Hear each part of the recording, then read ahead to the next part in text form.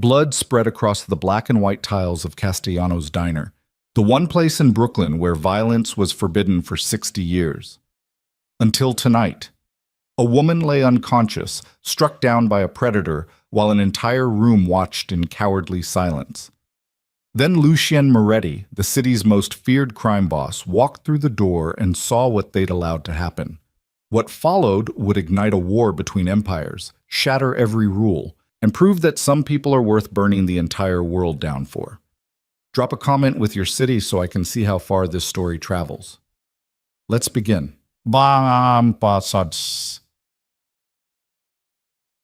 Rain hammered Brooklyn like God's fist trying to punch through concrete. The kind of storm that sent rats scrambling into subway grates and made even hardened criminals think twice about stepping outside. But Castellano's diner never closed. Not during hurricanes. Not during blackouts. Not even during the riots of '91 when half the borough went up in flames. The diner stood there on Mercer Street like a stubborn old man refusing to acknowledge his own mortality, wedged between crumbling brick buildings that leaned against each other like drunks sharing secrets. Inside, the air smelled like burnt coffee, grease, and decades of whispered deals that could get a man killed for listening too closely. Black and white checkered tiles gleamed beneath yellow pendant lights that swung slightly whenever someone slammed the door too hard. Red vinyl booths lined the walls, their cushions cracked and bleeding foam from years of bodies sliding in and out. The counter stretched along the left side, chrome-trimmed and spotless despite its age, with swivel stools that squeaked when you turned. At 11:47 p.m., the diner held an uneasy collection of souls. In the far corner booth sat two off-duty cops nursing coffee. They'd been nursing for an hour, talking in low voices about pension plans and how the department didn't give a damn about veterans anymore. 3 stools down from them perched a lawyer. Everyone knew defended monsters for the right price, his briefcase resting against his leg like a loyal dog. Near the window, a young couple argued in whispers sharp enough to cut glass. Something about money, always about money. And scattered throughout were the regulars, the night shift workers, the insomniacs, the people whose lives only made sense after midnight. Behind the counter moved Serena Vale, 27 years old but carrying the exhaustion of someone twice that. Dark hair pulled back in a ponytail that never quite stayed neat. Brown eyes that had learned not to make contact unless absolutely necessary. She wore the standard uniform, white button-down shirt, black pants, a stained apron tied around her waist, but she wore it like armor meant to make her invisible. Every movement measured, every step calculated to avoid drawing attention. She'd been working at Castellano's for 5 days. 5 days of keeping her head down, her voice quiet, her presence as minimal as physically possible. She took orders without small talk, delivered food without lingering, cleaned tables like she was apologizing for existing. The other waitresses noticed her the way you notice a stray cat that won't come close enough to pet, with curiosity mixed with pity. What they didn't know was that Serena had perfected invisibility over years of brutal practice. Orphaned at 12 when her parents died in a car accident that left her in the foster system's revolving door of temporary homes and temporary people who never stayed. By 18, she'd learned that being overlooked was safer than being seen. Being quiet was safer than speaking up. Being nothing was safer than being something someone might want to take away. Then she met Nathan Cole, charming, attentive, the kind of man who opened doors and remembered your favorite flower and made you feel like you mattered for the first time in your goddamn life. They married 6 months after meeting. She was 21 and stupid with hope. The first time he hit her was 3 weeks after the wedding. A slap across the face so sudden she didn't process it until her cheek was already burning. He cried afterward, apologized, swore it would never happen again. She believed him because she desperately needed to believe someone could love her without conditions. But it happened again and again and again. Slaps became punches. Punches became worse. Words became weapons sharper than any knife. He controlled everything. Where she went, who she talked to, what she wore, how she spoke. He isolated her from the few friends she had, convinced her that no one else would ever want someone as damaged and worthless as her. Made her believe she deserved every bruise, every scream, every night spent sleeping on the bathroom floor because it was the only door with a lock. 6 years she survived that hell. Then one night, while Nathan passed out drunk after beating her unconscious for burning dinner, Serena made a choice. She took $300 from his wallet, packed a single bag, and walked out of their Philadelphia apartment into a rainstorm not unlike the one hammering Brooklyn tonight. She didn't leave a note. She just ran. Buses and shelters and borrowed couches brought her to New York 2 months ago. The city swallowed her whole the way it swallowed everyone running from something. She found cheap rooms in buildings where landlords didn't ask questions, worked cash-only jobs that didn't require background checks, kept moving, kept hiding.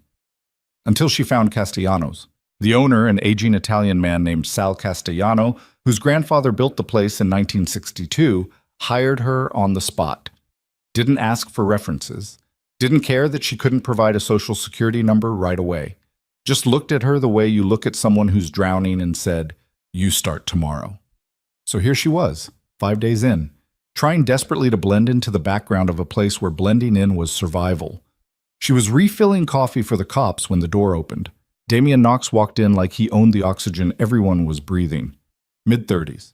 Built like a man who enjoyed hurting people and had gotten very good at it. Expensive leather jacket that didn't quite hide the gun under his left arm. Dark hair slicked back. Face that might have been handsome if cruelty hadn't carved itself into every line. He moved with the swagger of someone who'd never been told no in a way that stuck. Serena recognized predators instantly now. You develop that radar when your survival depended on it. She looked away before he noticed her looking. Too late.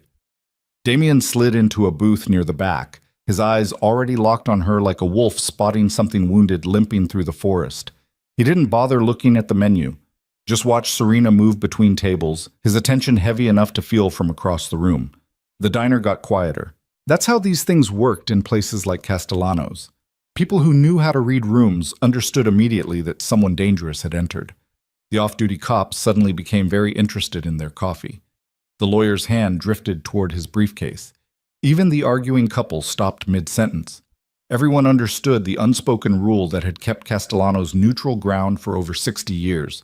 No violence inside. The diner was Switzerland, a demilitarized zone. Rival crews could sit 3 booths apart and not spill blood because this place was sacred. Sal's grandfather had built that reputation with iron fists and ironclad respect, and 3 generations later, it still held, mostly. Serena approached Damian's table with her order pad, eyes fixed on the paper. "What can I get you?" Her voice came out smaller than she intended.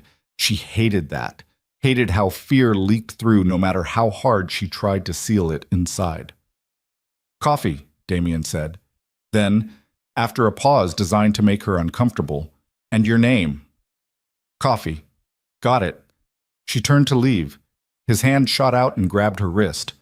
Not hard enough to hurt, just hard enough to stop her. Hard enough to establish control. "I asked your name." His voice remained pleasant, almost friendly. That's what made it terrifying, the politeness wrapped around the threat. Serena's entire body went rigid. Old instincts screamed at her to obey, to submit, to make herself small and apologize and give him whatever he wanted so he'd let go. But she'd run 1,000 miles to escape hands that grabbed her like this. "Serena," she said quietly. "My name's Serena." Damian smiled, released her wrist. "Pretty name for a pretty girl." She walked away without responding, her hands shaking so badly she had to grip the coffee pot with both hands to pour without spilling. Behind the counter, Rosa, the head waitress who'd worked here for 15 years, watched with concern written across her face. "You okay, honey?" Serena nodded, didn't trust her voice. "That's Damian Knox," Rosa whispered. "He's with the DeMarco family. Bad news. Just bring him his coffee and stay clear." Sound advice. Advice Serena followed perfectly for the next 20 minutes. But Damian didn't want coffee. He wanted attention, acknowledgement, the sick thrill of watching someone squirm under his focus. And the more Serena ignored him, the more she avoided his booth, kept her eyes down, treated him like any other customer, the more obsessed he became. It's a particular kind of rage that comes from being denied, especially for men like Damian Knox, who'd spent their entire lives taking whatever they wanted and destroying anyone who said no. Serena's quiet refusal to engage, to flirt, to show fear, to give him anything beyond basic service, it burned him from the inside out. By 12:15 a.m., Damian had finished his coffee and ordered nothing else, just sat there, watching. waiting. The diner had thinned out. Only the cops, the lawyer, and a few scattered insomniacs remained. The rain outside intensified into a full-blown storm, lightning crackling across the sky like broken glass. Serena was clearing a table near the window when Damien finally made his move. "Hey, Serena!" She turned despite every instinct screaming not to. Damien gestured her over with 2 fingers, casual, like summoning a dog. Her feet moved before her brain could stop them. Survival instinct, obey before it gets worse. She reached his booth, order pad clutched like a shield. "Something else I can get you?" "Yeah." Damien leaned back, arms spread across the booth like he was holding court. "You can stop acting like you're too good to talk to me." I'm just working." "Bullshit." His voice hardened. "You've been avoiding me all night, walking past my table like I'm invisible. That's disrespectful." The diner had gone completely silent now. Everyone watching, everyone waiting to see how this played out. "I'm sorry if you feel that way," Serena said carefully. "I treat all the customers the same." "No, you don't." Damien's smile vanished. "I've been watching you. You smile at other people, chat with the regulars. But me? You act like I got the plague. Why's that?" "Because you're a predator," Serena thought. "Because I can smell the violence on you the same way I smelled it on my ex-husband every time he came home drunk and angry. Because I've spent 6 years learning to recognize men like you from across a crowded room." But she couldn't say that. "I don't mean any disrespect," she said instead. "If I made you uncomfortable, I apologize." Wrong answer. Damien's face darkened. "Uncomfortable? You think you got the power to make me uncomfortable? You're a fucking waitress. I should get back to work." She turned to leave. Damien lunged out of the booth and grabbed her by the hair. The ponytail gave him perfect leverage. He yanked her backward so violently she stumbled, her order pad clattering to the floor.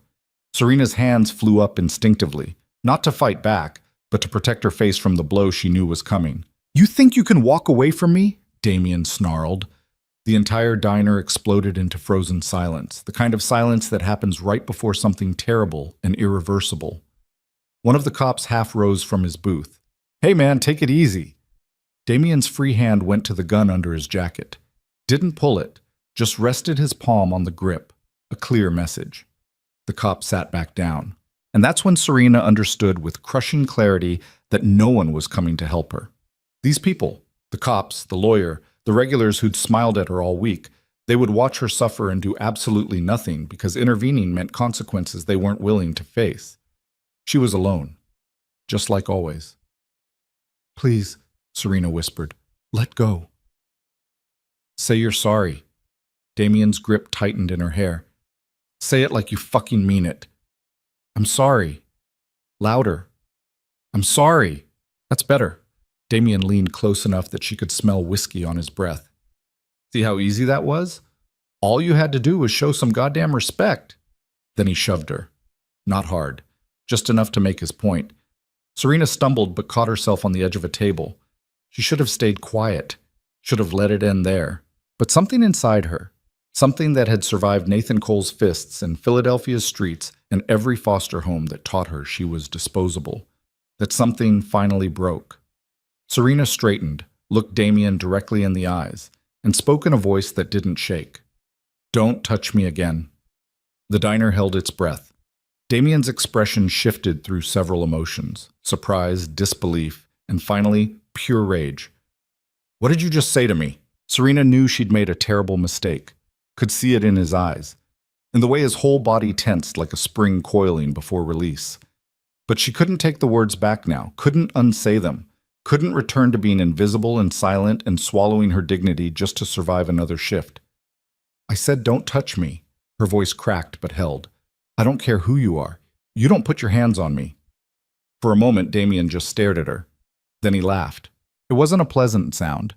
It was the laugh of someone who'd just been handed permission to do something they'd been wanting to do all night. "You got some fucking balls," Damien said quietly, "talking to me like that, in front of all these people, making me look weak." "I didn't mean Shut up." He moved faster than she expected. 1 second he was 3 feet away. The next his hand was around her throat, lifting her onto her toes, cutting off her air. Serena clawed at his wrist. Couldn't breathe. Couldn't scream. Black spots danced across her vision. Through the ringing in her ears, she heard Rosa shouting, heard chairs scraping, heard someone yelling, "Stop," but not loud enough, not forceful enough, not willing to actually do anything beyond making noise. Damien leaned in close, his breath hot against her face. "You want to embarrass me? I'll show you embarrassing." Then he slammed his fist across her face with enough force to snap her head sideways. The world exploded into white pain. Serena's knees buckled. Damien released her throat, and she collapsed onto the black and white tiles like a puppet with cut strings.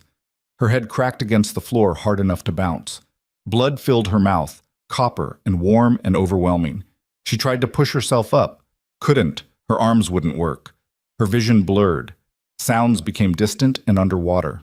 The last thing she saw before darkness took her was the checkered floor beneath her face, blood spreading across the tiles in a pool that looked black under the yellow lights. The last thing she heard was the rain hammering against the windows like it was trying to break inside. And then nothing. The diner had gone completely silent. 60 years of sacred neutrality shattered in less than 30 seconds.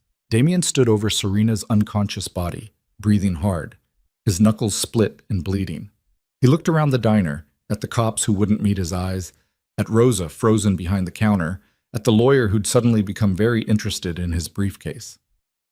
"Anyone got a problem with what just happened?" Damien's voice carried across the silence. "Anyone?" No one answered, exactly as he expected. He pulled out his wallet, threw two 20s on the table, and headed for the door. Paused halfway there, turned back to look at Serena's crumpled form one last time. "Respect," he said to no one in particular. "That's all I asked for." Then he pushed through the door into the storm and disappeared into the rain-soaked Brooklyn night. Behind him, the diner remained frozen in horrified silence for exactly 7 seconds. Then Rosa screamed. People rushed forward. The cops finally moved, one of them kneeling beside Serena and checking for a pulse with shaking hands. Someone yelled to call 911. Someone else grabbed napkins to stop the bleeding. But in the chaos and panic and guilt-soaked scrambling, no one noticed the front door opening again. No one heard the rain increase for just a moment as someone stepped inside. No one saw Lucien Moretti walk through the threshold and stop dead, his eyes locked on the pool of blood spreading across his grandfather's diner floor. The silence that followed wasn't the silence of fear. It was the silence of the world holding its breath before a storm that would reshape everything it touched. Lucien Moretti stood 6'2", with the kind of presence that made rooms rearrange themselves around him. Tailored charcoal suit despite the late hour. Dark hair perfectly styled. Face that could have belonged to a Wall Street executive if not for the coldness in his gray eyes. The kind of cold that came from making decisions most people couldn't stomach before breakfast. He was 33 years old and controlled half of Brooklyn's underground through a combination of brutal efficiency and his family's legacy stretching back 3 generations. The Moretti name carried weight that bent cops, politicians, and rival crews alike. People whispered it with respect, with fear, with the understanding that crossing the Morettis meant consequences that ended careers, families, and lives. But right now, Lucien wasn't thinking about any of that. He was staring at this blood on his grandfather's floor, at the unconscious woman surrounded by people who'd done nothing to stop this, at the violation of the one sacred rule that had protected this place since before he was born. His face showed nothing, not anger, not shock, nothing. That's what made it terrifying. Rosa recognized him instantly, started crying harder. "Mr. Moretti, I'm so sorry. We tried to stop him. He just..." "Who?" One word. Quiet. Sharp as a blade sliding between ribs. Damien Knox. He's with the DeMarcos. He attacked her and then he left." Lucian's eyes never left Serena's unconscious form. "How long ago?" Maybe 2 minutes. He went toward..." Lucien was already moving. He crossed the diner in 4 strides, pushed through the door into the rain, and pulled out his phone. Made one call. Didn't say hello, just spoke 3 sentences. "Damien Knox, DeMarco family. Find him." Then he hung up and walked back inside. The diner watched him with the collective nervousness of people who knew they'd failed a test they didn't know they were taking. Lucien ignored them. Crossed to where Serena lay surrounded by napkins soaking up blood, knelt down beside her with the kind of careful precision you'd use approaching something fragile and dangerous at the same time. Up close, he could see the damage clearly. Split lip bleeding freely. Bruise already forming across her left cheekbone in violent shades of purple and red. Shallow breathing, eyes moving rapidly beneath closed lids like she was trying to escape even while unconscious. But what struck him wasn't the visible injuries. It was the way she'd curled into herself defensively, the way her hands were positioned protecting her face and ribs, the way her entire body language screamed of someone who'd been hurt like this before and learned exactly how to minimize the damage. Something cold and sharp twisted in Lucien's chest. He'd seen plenty of violence in his life, ordered most of it, but this felt different. This felt like something ugly and cowardly that violated rules deeper than any criminal code. "Ambulance is 3 minutes out," one of the cops said nervously. Lucien didn't acknowledge him, just carefully, so carefully, brushed a strand of blood-matted hair away from Serena's face. Her eyes fluttered open, confused, disoriented, terrified. She saw Lucien's face hovering over hers and panic exploded behind her eyes. She tried to scramble backward, couldn't coordinate her limbs, just thrashed weakly like a bird with a broken wing. "No, please, I'm sorry, please don't." The words came out slurred and desperate, begging. The sound of someone who'd apologized for existing so many times it became reflex. Lucien went completely still. "You're safe. I'm not going to hurt you." But Serena wasn't hearing him, wasn't seeing him. She was somewhere else entirely, somewhere dark, where hands meant pain and voices meant danger and survival, meant making yourself small enough to disappear. "Please, Nathan, I didn't mean to. Please don't hit me again." Nathan. Lucien filed that name away for later. "Listen to me." He kept his voice low, steady, the same tone you'd use with a spooked animal. "My name is Lucien. You're at Castellano's diner. An ambulance is coming. No one is going to hurt you." Serena's eyes tried to focus, failed. Tears cut clean tracks through the blood on her face. I just wanted... She couldn't finish the sentence, just collapsed back onto the tiles, unconscious again. The ambulance arrived exactly 90 seconds later. Lucien stood aside while the paramedics worked, watching with an expression that revealed nothing while his mind calculated consequences and responses and the exact shape of the retribution that would follow this. One of the paramedics, a woman in her 40s who'd clearly seen too much horror to be shocked by more, glanced up at him while checking Serena's vitals. "You family?" "No." "Then you can't ride with us." Lucien pulled out his wallet, showed her a card that made her face go carefully neutral. "I'll be following behind." She didn't argue.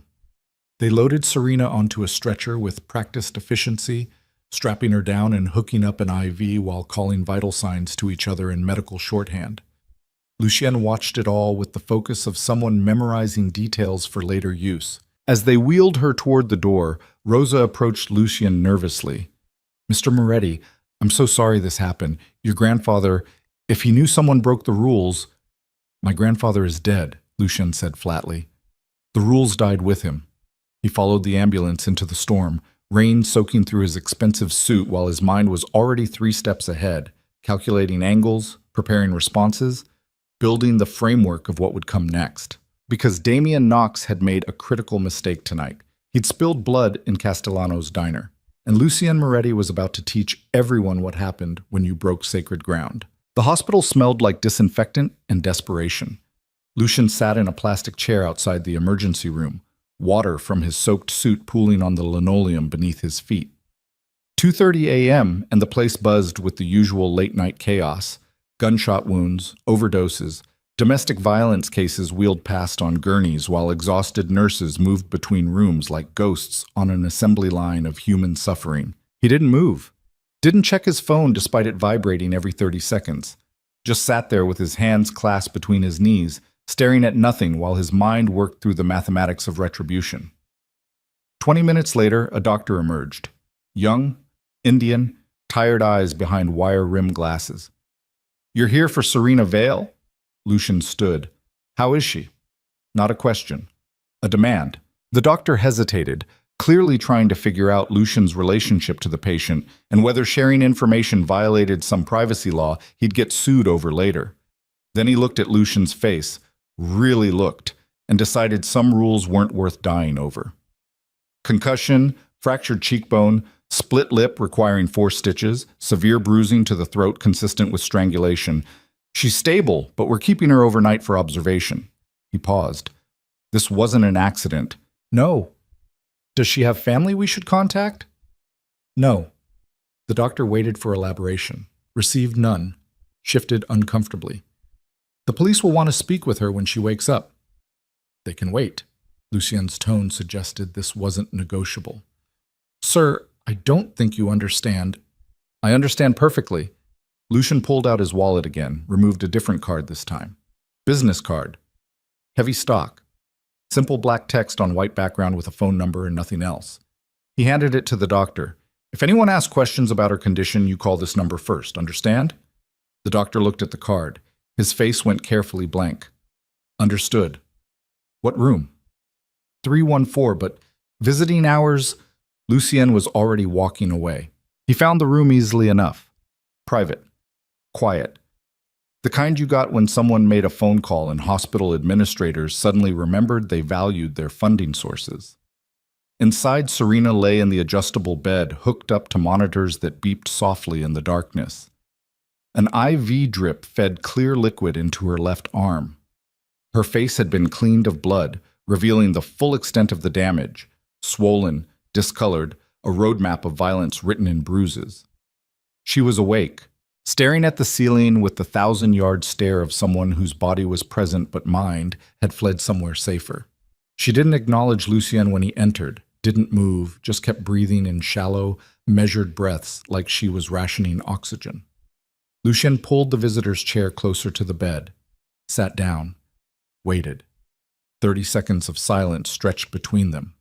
Then Serena spoke without looking at him. Her voice came out rough, damaged from the strangulation. You should leave. Why? Because I'm bad luck. Everyone who gets close to me... She stopped, swallowed painfully. Just go. Lucien leaned back in the chair, completely relaxed despite the late hour and the blood still on his cufflinks. I've been shot at 16 times in my life, stabbed twice, survived 3 attempts to poison me and 1 very creative car bomb. I don't believe in luck, just consequences. That got her attention. She turned her head slowly, wincing at the movement, and looked at him properly for the first time. Recognition flickered behind her eyes, not of his face, but of his type.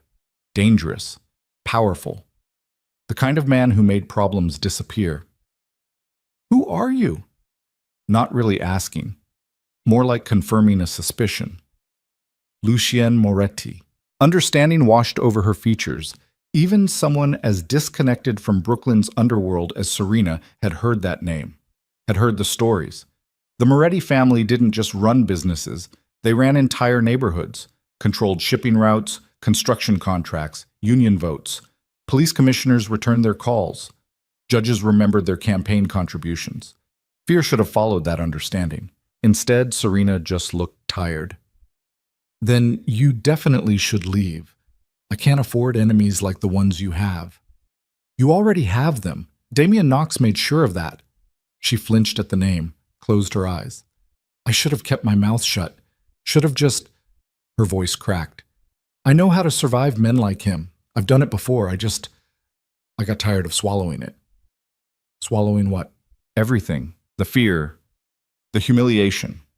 Pretending it doesn't destroy you piece by piece until there's nothing left but this. She gestured vaguely at herself, at the hospital room, at the entire situation. This pathetic mess who can't even work a waitress job without getting her skull cracked open. Lucien studied her in the dim light. Most people confronted with violence either collapsed into victimhood or inflated with righteous anger. Serena did neither. She just stated facts with the detached clarity of someone who'd stopped being surprised by how cruel the world could be. Tell me about Nathan. He said it casually, like they were discussing weather. Serena's whole body went rigid. How do you... You said his name in the diner before you passed out. I don't want to talk about Nathan. Then don't talk. Just listen. Lucien leaned forward, elbows on his knees. Damien Knox assaulted you in my grandfather's establishment, violated 60 years of neutrality, made everyone in that room complicit through their silence. That means he disrespected me, my family, and everything we've built in this city. So now I have a choice. I can let it slide, Show weakness, invite more challenges, watch my empire crack from the inside out. Or I can respond proportionally. Send a message that restores order. Proportionally, Serena's laugh came out bitter and broken. That's a nice word for what you people do to each other. You people? Criminals, gangsters, men who think violence solves everything. It doesn't solve everything, Lucian agreed, but it solves some things very effectively. Serena turned away again, staring back at the ceiling. I just want to disappear, find another city, another job, another... She stopped, took a shaky breath. I'm good at disappearing. I know. That brought her eyes back to him, suspicious now. What's that supposed to mean? It means you move like someone who's been running for years, someone who's learned to take up as little space as possible, someone who apologizes for existing. Lucian's voice remained neutral, factual. Nathan taught you that, didn't he? The monitors beeped faster as Serena's heart rate spiked. Stop. How long were you married to him?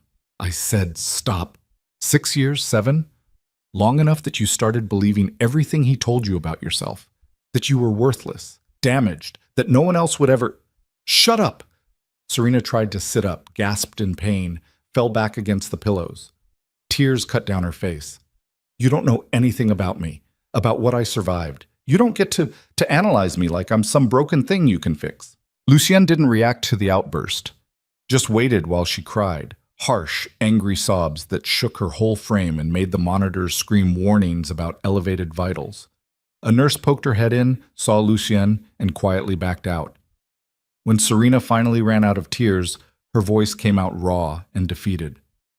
Nathan was my husband, past tense. I left him 2 months ago, took $300 and ran. He doesn't know where I am, and I plan to keep it that way. Happy? No. She blinked at him. What? I'm not happy about any of this, about what Damien did to you, about whatever Nathan did before that, about the fact that you think disappearing is the only solution. Lucian stood, straightened his jacket. But I'm going to fix the parts I can fix, starting with Knox. Don't. Serena's voice carried sudden urgency. Don't go after him because of me. I'm not worth starting a war over. This isn't about worth. It's about rules. Rules, she laughed again, hollow and sharp. Men like you don't follow rules. You make them up as you go and break them when it's convenient. You're wrong. Lucian headed for the door, paused with his hand on the frame. My grandfather built Castellano's Diner as neutral ground in 1962. During the height of the Brooklyn Wars, when bodies dropped every night and the streets ran with blood, he made it sacred, a place where violence stopped, where enemies could sit across from each other and remember they were human before they were soldiers. That rule kept people alive for 60 years, kept families intact, gave this city one small corner where mercy mattered more than territory. He looked back at her. Damien Knox pissed on that legacy tonight, so no, I'm not doing this for you. I'm doing it because if I let him walk away, the rule dies completely. And without that rule, we're just animals tearing each other apart until nothing's left but corpses and ashes. Serena stared at him. You really believe that? I have to believe something, otherwise this life doesn't make any goddamn sense. He left before she could respond. The hallway outside stretched empty and fluorescent. Lucian pulled out his phone and checked the messages he'd been ignoring. 37 in total. Most from his underboss Marco asking for instructions. 2 from his sister Angela demanding to know where he was. 1 from his lawyer reminding him about a meeting tomorrow afternoon that Lucian had already forgotten about. And 1 from an unknown number. Found him. Sending location now. A second message followed immediately. GPS coordinates. An address in Red Hook, Warehouse District. Lucian made 3 calls on his way to the elevator. First to Marco. Get everyone ready. Full crew. Red Hook Warehouse District. I'll send the exact address. Marco's voice came back tense, excited. We moving on the DeMarcos? Not yet. Just one of theirs. Knox? Yes. About fucking time. Marco's voice carried the satisfaction of someone who'd been waiting for permission to unleash violence. He's been talking shit for months, disrespecting the family. This thing at the diner, everyone's going to hear about it by morning. We don't respond hard. We look weak. We'll respond, but controlled. Precision. Not a war. Not yet. Understood. When? Now. Lucien hung up. Second call went to his head of security. Brief, direct. I need a property. Manhattan. Secure, private, full security. No paper trail. How fast can you arrange it? By tomorrow morning, if you're not picky about location. I'm not. Do it. Third call to his sister Angela. She answered on the first ring despite the ungodly hour, her voice sharp with worry and irritation in equal measure. Where the hell are you? Marco's been blowing up my phone saying you went dark. I'm fine. You don't sound fine. You sound like you're about to do something stupid. Lucien stepped into the elevator, pressed the button for the ground floor. Define stupid. Anything that gets you killed or arrested. Anything that starts a war we're not ready for. Anything that makes me regret convincing Dad to leave you in charge before he died. Their father's death 3 years ago had shifted everything. Heart attack. Sudden. Left Lucien inheriting an empire he'd been groomed for but never expected to actually run this early. Angela, older by 2 years, smarter by several degrees, but born the wrong gender in a business where tradition mattered more than talent, had stepped aside gracefully, became his consigliere. The voice of reason when Lucien's instincts leaned toward fire instead of calculation. She was usually right. Someone broke the rule at Castellanos, Lucien said quietly. Silence on the other end, then, fuck. Yeah. Who? Damian Knox, DeMarco Crew. Double fuck. Angela's mind was already racing through implications. You can't let that stand. But if you hit him, Vincent DeMarco takes it as a declaration. I don't care what Vincent takes it as. Lucien. He beat a woman unconscious in grandfather's diner, in front of witnesses, made everyone watch, made them complicit. His voice stayed level, but something cold leaked through underneath. I let that slide. We're done. Every crew in Brooklyn will test us. Every punk with ambition will think the Morettis went soft. Angela sighed. I know, I'm not saying you're wrong. I'm saying be smart about it. Knox is connected. He's Vincent's nephew, for Christ's sake.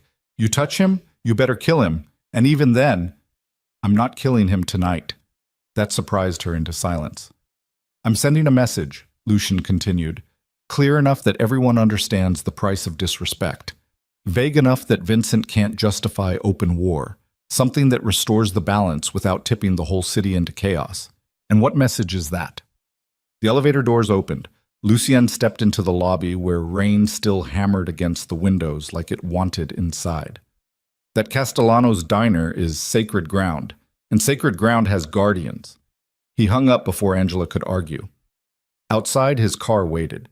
Black Mercedes, bulletproof glass. Marco behind the wheel and 2 more soldiers in the back seat. They straightened when Lucien slid into the passenger seat, water dripping from his clothes. Marco glanced at him. You good? Drive. They drove. Red Hook at 3 a.m. looked like the end of the world had started but given up halfway through. Industrial wasteland.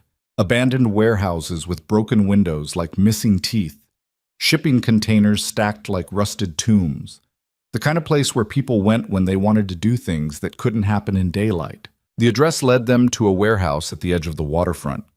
Old, brick, graffiti covering every available surface in layers of territorial markings and artistic despair. 2 cars parked outside. Both expensive. Both out of place in this neighborhood.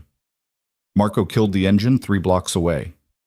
They approached on foot through the rain, 4 men moving through shadows with the practiced silence of predators who'd hunted together before.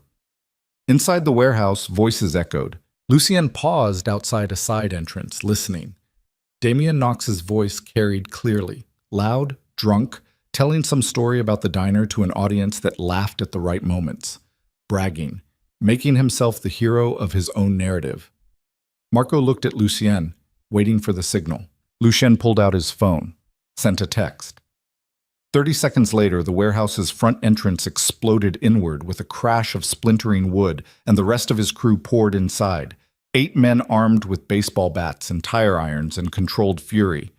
The laughter died instantly. Lucian walked through the side entrance while chaos erupted in the main space. Damien's crew scrambled, reaching for weapons, shouting questions, trying to process the sudden invasion. Marco and the others moved like a well-oiled machine, disarming, subduing, breaking bones only when necessary to establish dominance.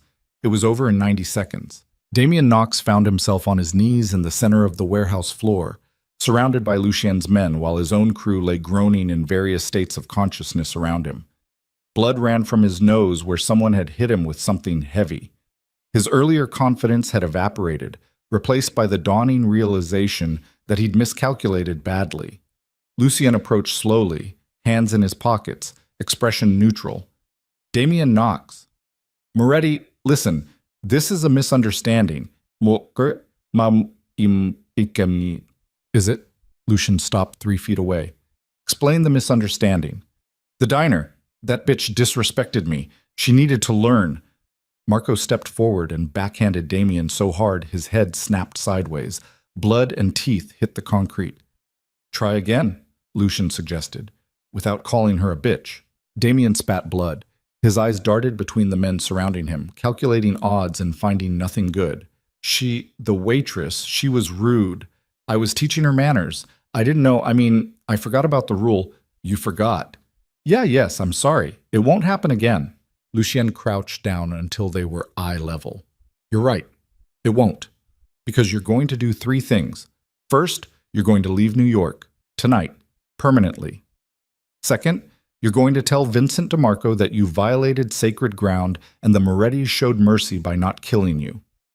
Third, he pulled out a folded piece of paper from his jacket, handed it to Damien. You're going to write a check for $50,000 to this domestic violence shelter in Queens. Right now. Damien stared at the paper, then at Lucien. You're fucking joking. Do I look like I'm joking? Vincent will never let me just leave. Vincent will be thrilled you're alive to leave. Because if you stay in this city one more day, I'll kill you and everyone you've ever cared about, starting with your mother. The warehouse went dead silent. Damien's face cycled through several emotions, defiance, disbelief, rage, before landing on fear. Because everyone knew Lucien Moretti didn't make empty threats. If he said he'd kill your mother, he'd already located her address and planned the execution down to which flowers would be at the funeral. You can't, my family. Your family will bury you and move on. That's what families do. But Serena Vale. Lucien's voice dropped to something quiet and lethal. She doesn't have family, doesn't have protection, just a dead-end job in a diner trying to survive one more day without someone like you destroying what little peace she's managed to find. So yes, Damien, I can absolutely kill your mother, and I will. Unless you do exactly what I tell you. Marco produced a pen and checkbook retrieved from Damien's jacket, held them out. Damien's hands shook as he took them. This is insane. Right. He wrote. The check came out sloppy but legible. $50,000 made out to the Queens Domestic Violence Resource Center. Damien signed it with hands that trembled hard enough to smudge the ink. Lucien took the check, examined it, folded it carefully into his inside pocket. You have 6 hours to leave the city. If I see you again, if I hear your name again, if you so much as send a postcard from wherever you end up. He didn't finish the sentence, didn't need to. Damien nodded frantically, blood and spit running down his chin. I'm gone. I swear, you'll never see me again. Good. Lucien stood, looked at Marco. Make sure he gets to his car. They dragged Damien to his feet and hauled him toward the exit. The rest of his crew followed, limping and groaning, leaving trails of blood on the warehouse floor. When they were gone, the space fell quiet except for rain hammering the metal roof. One of Lucien's men, a scarred veteran named Paulie, who'd worked for the family since Lucien's father ran things, stepped forward. Boss, you sure about letting him walk? He's connected. Vincent might see this as weakness. Vincent will see it as restraint, a demonstration that we follow the rules even when punishing those who break them. Lucien headed for the exit. Besides, I didn't let him walk. I exiled him. There's a difference. And if he doesn't stay gone, then we'll revisit the conversation permanently. They left the warehouse and returned to the Mercedes. Marco drove in silence for 3 blocks before speaking. The girl, from the diner, She means something to you? Lucienne watched rain streak across the window. She's under protection now. Make sure everyone knows. Everyone meaning everyone. Our crews, the other families, every hustler and street soldier in Brooklyn. Serena Vale is off limits. Anyone touches her, they answer to me personally. Marco whistled low. That's going to raise questions. Let it. They drove back through the sleeping city while dawn threatened on the horizon. Lucienne's phone buzzed with messages. Angela demanding details, Vincent DeMarco's underboss requesting a sit-down, 3 different lieutenants asking for clarification on orders. He ignored them all. Instead, he thought about Serena lying in that hospital bed. The way she'd looked at him with zero hope, like she'd used up her lifetime supply of trust and found nothing but betrayal at the bottom of that well. He understood that feeling, understood it better than she could possibly know. 4 a.m. brought them back to the hospital. Lucienne went straight to room 314, expecting to find Serena asleep. She wasn't. She sat in the chair by the window, hospital gown hanging loose on her frame, staring out at the city while the monitors beside her empty bed beeped in protest at her absent vitals. She'd removed the IV herself, a bandage taped sloppily over the puncture wound in her arm. She didn't turn when Lucian entered, just kept staring at the rain. They said you left. Her voice sounded hollow. Said you had business to handle. I did. Did it involve breaking someone's bones? Damien Knox won't be a problem anymore. That got her attention. She turned slowly, wincing at the movement, her face a patchwork of bruises in the dim light. What did you do? Sent him on an extended vacation, permanent. You killed him. No, I let him live, with conditions. Serena searched his face for the lie. Found none. Why? Because killing him would have started a war I'm not ready to fight yet. And because... Lucian stopped, considered his next words carefully. Because you asked me not to. Silence stretched between them. Outside, the rain began to ease. Dawn light crept across the skyline in shades of gray and gold. I don't understand you, Serena said finally. You're a criminal, a murderer probably. You hurt people for a living. But you... She gestured vaguely. You sat with me, protected me, went after someone who hurt me even though I'm nobody. Why? Not nobody. I'm a waitress who got her face smashed in. That's the definition of nobody in this city. Lucienne crossed to the window, stood beside her without crowding her space. When I was 16, I watched my uncle beat my aunt to death in their kitchen. Took him 45 minutes. The whole family was there for Sunday dinner. We all heard her screaming. And we all sat at that table finishing our meal because in our world, you don't interfere in another man's marriage, no matter what. Serena looked at him, really looked. My father found her body later that night. My uncle was passed out drunk on their couch. And you know what my father did? Lucian's voice stayed flat, factual. Nothing. Told the cops it was an accident, a fall down the stairs. Everyone nodded and agreed, and my uncle walked free because family protects family. Even the monsters. That's evil. I know. But that's the world I grew up in, where violence against women gets excused, explained away, treated like a private matter instead of a crime. He finally looked at her. So when I walked into that diner tonight and saw you bleeding on the floor while a room full of people pretended they didn't see it, I recognized that silence, that complicity. And I decided it ends with me. Serena's eyes filled with tears. I still don't understand why you care. Because someone should, and everyone else chose not to. The monitors beeped steadily in the background. The rain stopped completely. Morning light flooded the room in soft gold. Serena wiped her eyes with the back of her hand. What happens now? Now you have a choice. You can disappear like you planned. Find another city, another job, keep running from ghosts, or... Lucian pulled out a key card from his jacket, set it on the window ledge. You can stay in a property I control, secure, private, no rent, no questions. Just a safe place while you figure out what comes next. She stared at the key like it might explode. I can't accept that. Why not? Because accepting help from men like you, it always comes with strings. Always. What strings? I don't know yet, but there will be. There's always a price. Lucian picked up the key, held it out to her. The only price is that you survive, that you stop running long enough to remember you're allowed to exist without apologizing for it, that you take one goddamn moment to breathe without looking over your shoulder. Serena's hand trembled as she reached for the key, stopped halfway. What if I take this and then decide to leave anyway? Then you leave. The key still works. The place stays yours as long as you need it. And if I stay, you stay. And no one touches you. Not Damian Knox, not Nathan Cole, not anyone in this city who thinks they can hurt you without consequences. She took the key, held it like it was made of glass, like it might shatter and cut her hands. I don't trust you, she whispered.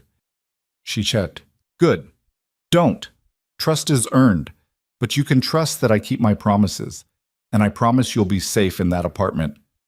Serena closed her fist around the key, looked out at the city waking up beyond the window. Okay. Okay, what? Okay, I'll try. I'll stay, for now, until I figure out... She stopped, took a shaky breath. Until I figure out who I am when I'm not running. Lucien nodded, started for the door. Wait. He turned back. Serena stood there in her hospital gown, holding the key, looking smaller and more fragile than anyone had a right to look while still standing.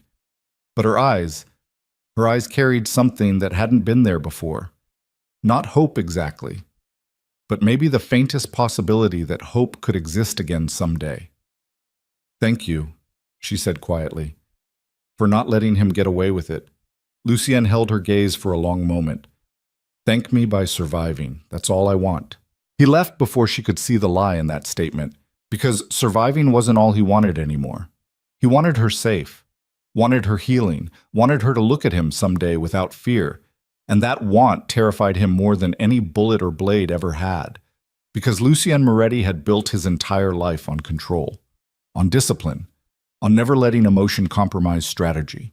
But standing in that hospital room watching Serena hold a key like it was the first real thing anyone had ever given her. Control felt like a lie he'd been telling himself for far too long. The sun rose over Brooklyn. Somewhere across the city, Damian Knox packed a bag with shaking hands and booked a one-way ticket to Miami. Somewhere in Queens, a domestic violence shelter received an unexpected $50,000 donation that would change hundreds of lives. And somewhere in a penthouse overlooking Manhattan, an empty apartment waited for a woman who'd spent 6 years learning to disappear. But the story, the real story, was just beginning. Because violence has consequences, and mercy has a price. And Lucien Moretti was about to learn that protecting someone meant more than keeping them alive.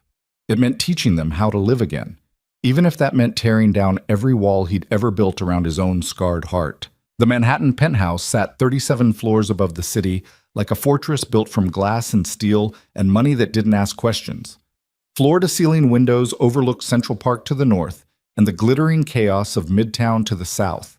Hardwood floors polished to a mirror shine. Furniture that cost more than most people earned in a year.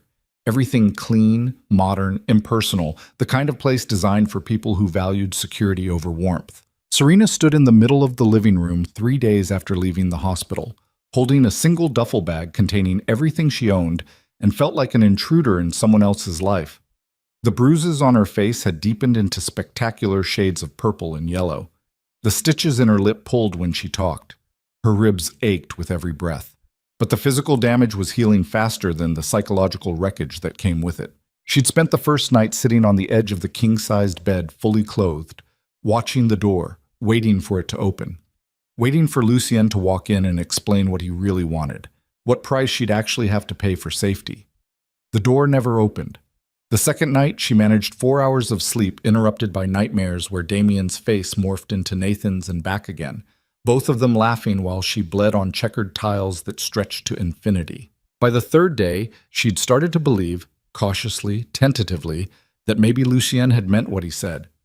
Maybe there were no strings. Maybe she could actually breathe here.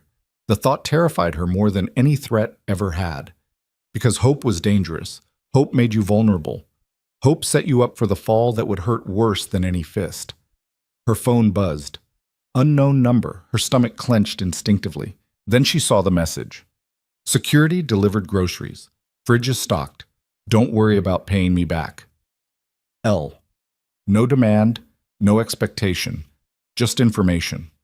Serena walked to the kitchen, all granite counters and stainless steel appliances that looked like they'd never been used, and opened the refrigerator. It was packed, fresh vegetables, fruit, milk, eggs, bread, coffee. Real food, not the cheap processed garbage she'd been living on for months. Something inside her chest cracked open. She sat down on the kitchen floor and cried for 20 minutes straight. Not from pain, not from fear. From the overwhelming disorientation of being treated like she mattered by someone who had absolutely no reason to care. When the tears finally stopped, she pulled herself together, washed her face, and did something she hadn't done in years. She cooked herself dinner, nothing fancy. Just scrambled eggs and toast. But she took her time, cracked the eggs carefully, buttered the bread, set a plate at the dining table overlooking the city, and sat down and ate slowly, tasting every bite, feeling the simple normalcy of it settle into her bones. For the first time in longer than she could remember, Serena felt almost human. That feeling lasted exactly 4 more days. On the 8th day in the penthouse, Serena woke up at 6 a.m. to her phone buzzing incessantly. Not a call. Messages. Dozens of them flooding in from a number she didn't recognize but somehow knew with sick certainty. Her hands shook as she opened the first one. I found you. 3 words. That's all it took to shatter everything. The second message came through while she stared at the first. Did you really think you could hide from me, Serena? Did you think running to New York would save you? Third message. A photo this time. Of the penthouse building, taken from street level. Recent. She could see today's date stamped in the corner. Fourth message. Nice place. Way above your pay grade. Who are you fucking to afford this? The phone slipped from her hands and clattered onto the hardwood floor. Nathan. Nathan had found her.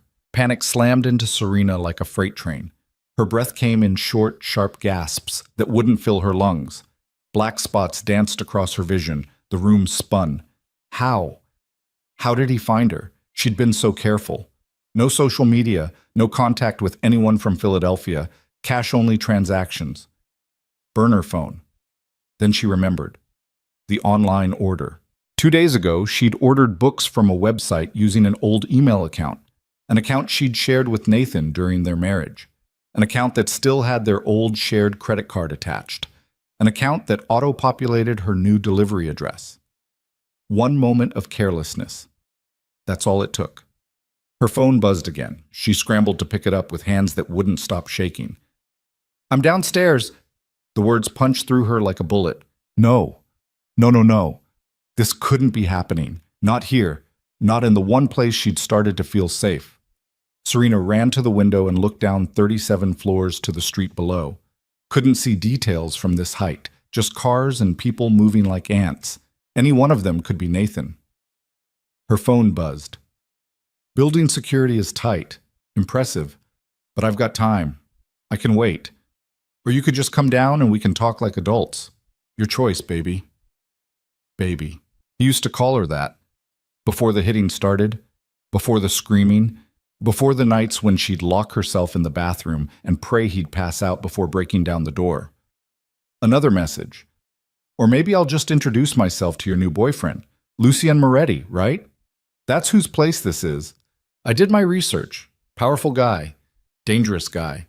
Does he know what a worthless lying whore you really are? Does he know you're still married? Serena's legs gave out. She collapsed against the window, sliding down until she sat on the floor with her knees pulled to her chest, phone clutched in shaking hands. Still married. Technically true. She'd run before filing for divorce. Too afraid Nathan would contest it. Too broke to afford a lawyer. Too desperate to get away to worry about paperwork. But Lucien didn't know that. Didn't know she was legally bound to the man who'd spent 6 years destroying her piece by piece. Another message. 5 minutes? Then I'm calling him myself. I've got his number, found it online, public record. Amazing what you can learn when you actually try. Serena's mind raced. Options. She needed options. Call the police. And say what? That her estranged husband was standing outside a building where she lived in an apartment that belonged to a known crime boss? That would go great.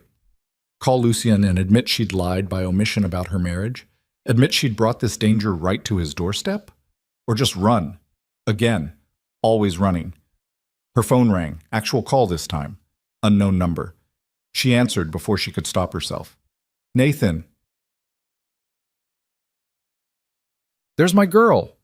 His voice poured through the speaker like poison. Smooth, warm. The voice that had once made her feel loved before she learned it was just another weapon. I've missed you, Serena. 6 years together and you just vanish? That hurt. Really hurt. How did you find me? Her voice came out broken. Does it matter? I found you. That's what's important. And now we're going to fix this. Fix us. You're going to come home where you belong. I'm not going anywhere with you. Nathan's laugh carried an edge sharp enough to cut. See, that's where you're wrong. You are coming home. Because if you don't, I'm going to make your life here very, very difficult. I'll camp outside this building, follow you everywhere, make scenes, tell everyone who'll listen that you're my wife, that you ran out on our marriage, that you stole from me. I didn't steal anything. $300 from my wallet. That's theft. I could press charges. Have you arrested? Imagine explaining that to your new boyfriend, or his voice dropped lower, more dangerous. I could just tell Mr. Moretti some truths about you, about what a crazy, unstable, lying bitch you are, how you manipulated him, used him, how you're probably just waiting for the right moment to steal from him too. That's not... Nathan, please. Please, what? Please leave you alone so you can play house with some gangster who'll throw you away the second he gets bored. Come on, Serena, you're not that stupid. Men like Lucien Moretti don't protect girls like you out of kindness. They do it because they want something. And when he's done taking what he wants, where does that leave you? Serena pressed her forehead against her knees. What do you want? I want my wife back. I'm not your wife anymore. Actually, you are. Legally. Until death do us part, remember? You said those vows, made those promises, and I'm here to collect. He paused. Let the silence stretch. So here's what's going to happen. You're going to come downstairs, we're going to talk, and then you're going to pack your things and come home to Philadelphia with me, where you belong. And if I don't, then I make this entire city a living hell for you, starting with a very interesting phone call to Lucien Moretti explaining exactly who and what you are. The line went dead. Serena sat there on the floor, phone in her lap, staring at nothing while her mind spiraled through every nightmare scenario. Nathan downstairs. Nathan following her. Nathan destroying the fragile peace she'd barely started to build. She could hide, lock the door, refuse to come down. But Nathan was patient. Nathan would wait. And eventually, she'd have to leave. For groceries, for work, for anything. And he'd be there. Or worse, he'd follow through on his threat and contact Lucien. Serena imagined that conversation. Nathan spinning lies, telling twisted versions of their marriage where she was the villain and he was the victim. And why would Lucien believe her over Nathan? What evidence did she have? What proof that she was the one telling the truth? She had nothing, just bruises that had mostly faded and a story that sounded pathetic even to her own ears. Her phone buzzed. Text from Lucien. Security called. Someone's been asking about you at the front desk. Want me to handle it? Her fingers hovered over the keyboard. She could tell him, could explain everything, could throw herself on his mercy and hope he believed her, or she could handle it herself.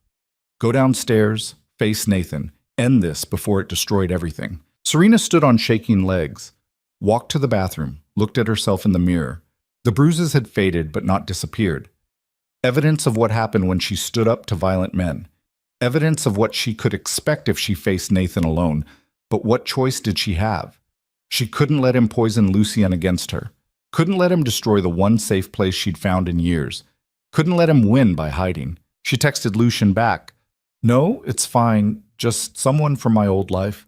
I'll handle it. 3 dots appeared immediately. Lucien typing. Then, you sure? Yes. The dots appeared again. Disappeared. Reappeared. Finally, okay, but I'm 5 minutes away if you need me. Just call. Serena didn't respond, just put on jeans and a sweatshirt, armor of normalcy, and took the elevator down 37 floors while her heart tried to punch through her ribcage. The lobby gleamed with marble and modern art, and security guards who watched everyone with the practiced suspicion of people paid to notice threats. One of them, A broad-shouldered man in his 50s stepped forward as Serena exited the elevator. Miss Vale, there's a man outside asking for you. We told him to leave, but he's being persistent. Want us to call the police? No, I'll talk to him.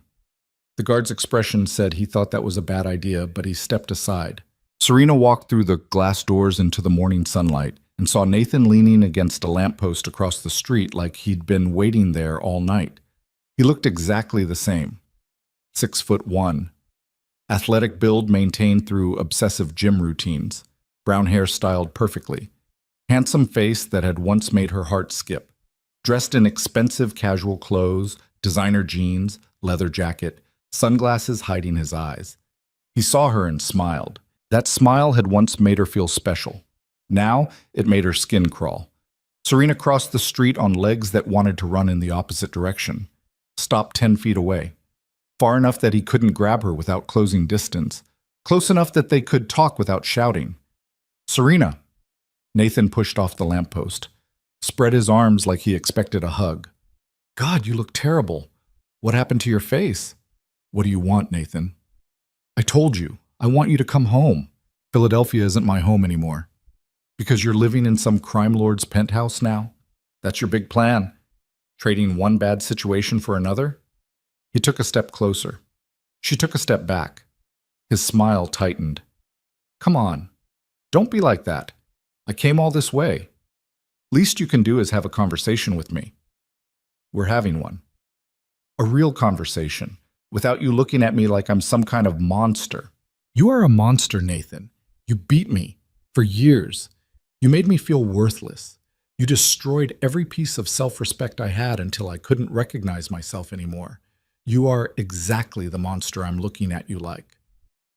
Nathan's face darkened, the mask slipping. I made mistakes. I know that. I've been going to therapy, working on myself. I'm different now.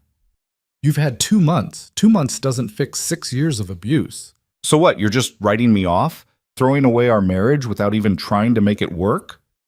There's nothing to make work. I don't love you. I don't want to be with you. I want you to sign divorce papers and leave me alone. Nathan laughed, sharp and ugly. Divorce papers, right, because that's so easy. You think I'm just going to let you walk away? Let you embarrass me? Make me look like some wife-beating piece of shit to everyone back home? You are a wife-beating piece of shit. The words hung in the air between them. Nathan's hands clenched into fists. Old reflex. Serena saw it, and her body responded automatically, shoulders hunching, head ducking, preparing for the blow. But Nathan didn't swing. He took a breath, unclenched his fists, put his hands in his pockets, smiled again, but this time it didn't reach his eyes. You're right, I am, and I'm sorry for that, truly. But Serena... His voice shifted, softer, more reasonable. The voice he used when he wanted to manipulate instead of intimidate. Think about this rationally. You can't stay here. You can't build a life with a criminal. He's using you. And when he's done, you'll have nothing. No money, no home, no husband. You'll be right back where you started, alone. I'd rather be alone than with you. Would you, though? Nathan tilted his head, studying her. Because from where I'm standing, you look terrified. You look like someone who's been running so long she forgot how to stop. And I'm offering you a way out. Come home. We'll get counseling. Work through our issues. I'll be better. I promise. Your promises mean nothing to me. They used to mean something. That was before I realized they were lies. Nathan's jaw tightened. Fine. You want to do this the hard way? Let's do it the hard way. I'm not leaving New York. I'm going to be right here, every day, outside this building, outside wherever you work, following you, watching you, making sure everyone knows you're married, making sure Lucien Moretti knows exactly what kind of woman he's protecting. He already knows. Does he know you're still legally my wife? Does he know you stole from me? Does he know about the times you hit me back? The times you screamed and threw things and acted just as crazy as I did? Nathan stepped closer. She couldn't retreat anymore. Her back was against a parked car. Because I can tell him all that. I can tell everyone. Paint a very different picture of our marriage. Make you the villain. Who do you think they'll believe, Serena? The successful businessman whose wife abandoned him? Or the broke waitress shacking up with a mobster? Serena Serena's vision blurred with tears she refused to let fall. Why are you doing this? Because you're mine. You'll always be mine. And I don't let go of what's mine. A car door slammed. Both of them turned. Lucien Moretti stood 15 feet away beside a black Mercedes, his expression carved from ice and barely contained violence. Serena's stomach dropped through the pavement. Nathan's face cycled through surprise, recognition, and then calculated charm. He stepped back from Serena, hands out in a placating gesture. Mr. Moretti, I've heard a lot about you. I'm Nathan Cole, Serena's husband. The word husband landed like a bomb. Lucian's eyes flicked to Serena. She couldn't read his expression, couldn't tell if he was angry or disappointed or just done with all of this. Husband. Lucian said it flatly. Statement, not question. Nathan smiled, sensing an advantage. Yes. 6 years married. I know Serena probably didn't mention that. She has a habit of leaving out important details when it suits her. Nathan, Serena started, it's okay, baby. Mr. Moretti deserves to know the truth. About us. About why you ran. About the fact that you're still legally my wife and... Are you threatening her? Lucian's voice cut through Nathan's speech like a blade through flesh. Nathan blinked. What? No, I'm just trying to talk to my wife. Are you threatening her? Lucian repeated. Quieter this time. More dangerous. I don't know what she told you, but... Lucian closed the distance between them in 3 strides. Nathan stumbled backward, suddenly aware he'd miscalculated badly. Lucian didn't touch him, didn't need to. His presence alone radiated enough controlled violence to make grown men reconsider their life choices. I'm going to say this once. Lucien's voice stayed level, conversational. You're going to leave. Right now. You're going to go back to Philadelphia, or wherever the hell you came from, and you're never going to contact Serena again. Not by phone, not by text. Not by showing up outside buildings she lives in. You're going to disappear from her life completely. Understand? Nathan tried to maintain his composure. Failed. You can't tell me what to do. She's my wife. She's not your anything. Not anymore. Lucian stepped closer. Nathan pressed back against the car. You put your hands on her, hurt her, made her feel like she had to run 1,000 miles just to breathe. That makes you less than nothing to me. Less than the dirt I scrape off my shoes. So here's what's going to happen. You're going to walk away. And if I ever see you again, if I ever hear you contacted her again, if your name ever crosses my desk in any context, he paused. Let the implications settle. I'll make sure they never find your body. Nathan's face went white. You're crazy. No, I'm very sane, very focused, and very serious. Ask anyone in this city what happens to people who cross me. Ask what happens to men who hurt women under my protection. Then ask yourself if you really want to test whether I'm bluffing. Silence stretched between them. Serena watched it all unfold like a car crash in slow motion. Part of her felt vindicated watching Nathan finally face someone who wouldn't tolerate his bullshit. Part of her felt terrified of what this meant, what consequences would follow. Nathan looked at Serena, then at Lucien, then back at Serena. This isn't over, he said quietly. Yes, it is. Lucien didn't blink. Walk away. Now. For a moment, Nathan looked like he might push back, might try to reclaim some dignity. Then survival instinct overrode ego, and he turned and walked toward a car parked down the block, got in, sat there for 10 seconds staring straight ahead. Then he drove away. Serena exhaled a breath she didn't realize she'd been holding. Lucien turned to her. His expression hadn't changed, still cold, still unreadable. Inside. Not a request. Serena followed him into the building, through the lobby where security guards suddenly became very interested in their computer screens, into the elevator. They rode up 37 floors in silence so thick she could barely breathe through it. The elevator doors opened. Lucien walked into the penthouse. Serena followed. The door clicked shut behind them with the finality of a prison cell locking. Lucien stood by the windows looking out at the city, hands in his pockets. Back to her. You're married. 2 words, no accusation in his tone, just fact. Technically, legally, but not. Serena's voice cracked. Not in any way that matters. I left him. I ran. I'm never going back. When were you going to tell me? I don't know. It didn't seem important. Lucien turned. His face carried no anger. That's what made it terrifying. Just cold assessment, like he was reevaluating every interaction they'd had through a new lens. Didn't seem important that you're legally bound to a man who clearly wants you back, that he has every right to contest any protection I offer you, that he can make claims, legal claims, that complicate everything. His voice stayed level. That didn't seem worth mentioning. I was afraid. Of what? Of this. Of you looking at me like, she gestured at his face, like I'm a liability, like I'm more trouble than I'm worth, like maybe Nathan's right and I'm just using you. Are you? The question hit like a slap. No, God, no, I'm not using you. I'm just trying to survive. That's all I've ever been trying to do. Survive one more day without someone destroying me. And when you offered help, I took it because I was desperate and terrified, and for the first time in years, someone actually gave a damn whether I lived or died. Lucien crossed to the bar, poured himself 2 fingers of whiskey, drank it in one swallow, poured another. Nathan Cole. He said the name like he was tasting it, testing it. Tell me about him. So Serena did. She told him everything. Meeting Nathan at 21, the whirlwind romance, the wedding 6 months later, the first slap 3 weeks after that, the escalation, the isolation, the years of abuse that broke her down piece by piece until she couldn't remember who she'd been before him. She told him about the night she finally ran, about the 2 months of hiding before finding Castellanos, about the email account mistake that had given Nathan her new address. She left nothing out.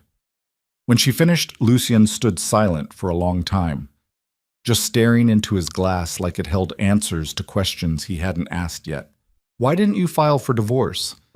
I couldn't afford a lawyer, and I was afraid if I filed, Nathan would contest it, would find me through the paperwork, would... She stopped. I know it was stupid. I know I should have handled it properly, but I was just trying to stay alive and moving and invisible. Legal paperwork felt like a luxury I couldn't afford.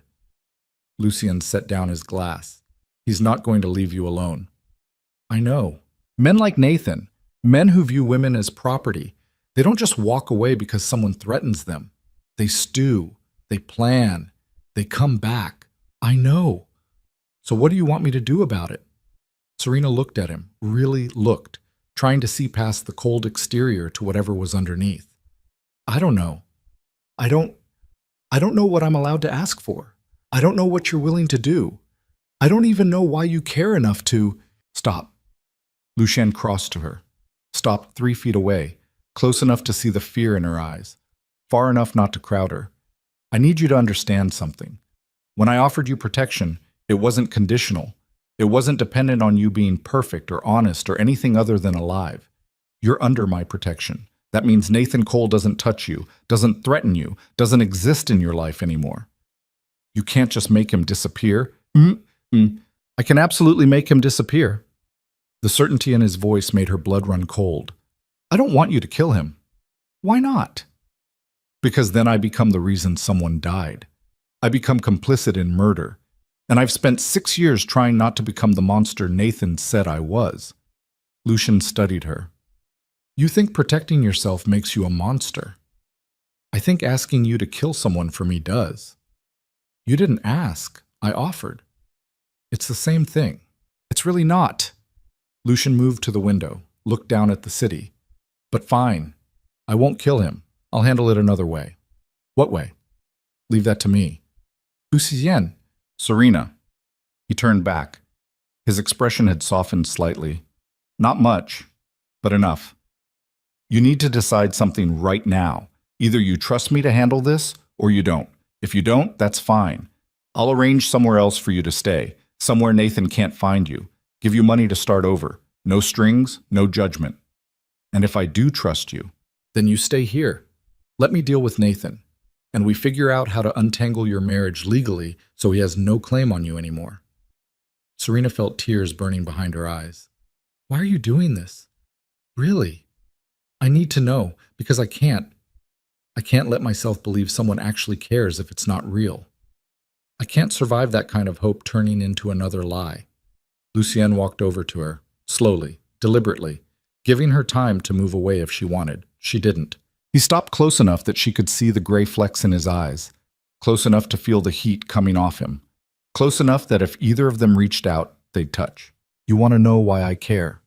His voice dropped to something quieter, something that felt like truth under all the layers of armor he wore. Because when I saw you bleeding on that diner floor, I saw my aunt, the one my uncle beat to death while my whole family pretended not to notice. And I swore if I ever had the power to stop it from happening again, I would, no matter what it cost. I'm not your aunt. No, you're not. You're someone who survived something that should have killed you, who ran instead of giving up, who stood up to Damien Knox even though it terrified you, who keeps breathing even when the world gives you every reason to stop. That's not weakness, Serena. That's the strongest goddamn thing I've ever seen. A tear rolled down her cheek, then another. Lucian reached up slowly, giving her time to flinch away, and brushed them away with his thumb. So yes, I care. And no, it's not a lie. And I'm going to protect you whether you trust me or not. But it would be easier if you did. Serena closed her eyes, felt his hand still against her face, felt the impossible gentleness of it from a man who made his living through violence. I trust you, she whispered. When she opened her eyes, Lucien was looking at her with an expression she couldn't quite name, something between relief and fear, like he'd just committed to something irrevocable and wasn't sure if he'd survive it. He stepped back, pulled out his phone, made a call. Angela, I need you to find me the best divorce lawyer in New York. Family law specialist, aggressive, willing to fight dirty. He paused, listened. Because we're dissolving a marriage and I need it done yesterday. Another pause. I'll explain later, just find them. He hung up, looked at Serena. We're going to fix this, legally, properly. Nathan Cole will sign those divorce papers whether he wants to or not. And if he doesn't, Lucian's smile carried zero warmth. Then I'll get very creative about convincing him. But one way or another, Serena, he held her gaze. You're going to be free of him. Serena wanted to believe him, wanted to trust that freedom was actually possible. But she'd learned through 6 years of brutal education that men made promises they had no intention of keeping. And Nathan Cole had promised he'd never let her go, which meant one of them was lying. And she had a terrible feeling she'd find out which one the hard way. Somewhere across the city, Nathan Cole sat in a rented hotel room staring at his phone, at the photos he'd taken of the penthouse building, of Serena, of Lucien Moretti. He'd done his research, knew exactly who Lucien was, what he was capable of, the bodies attached to his name.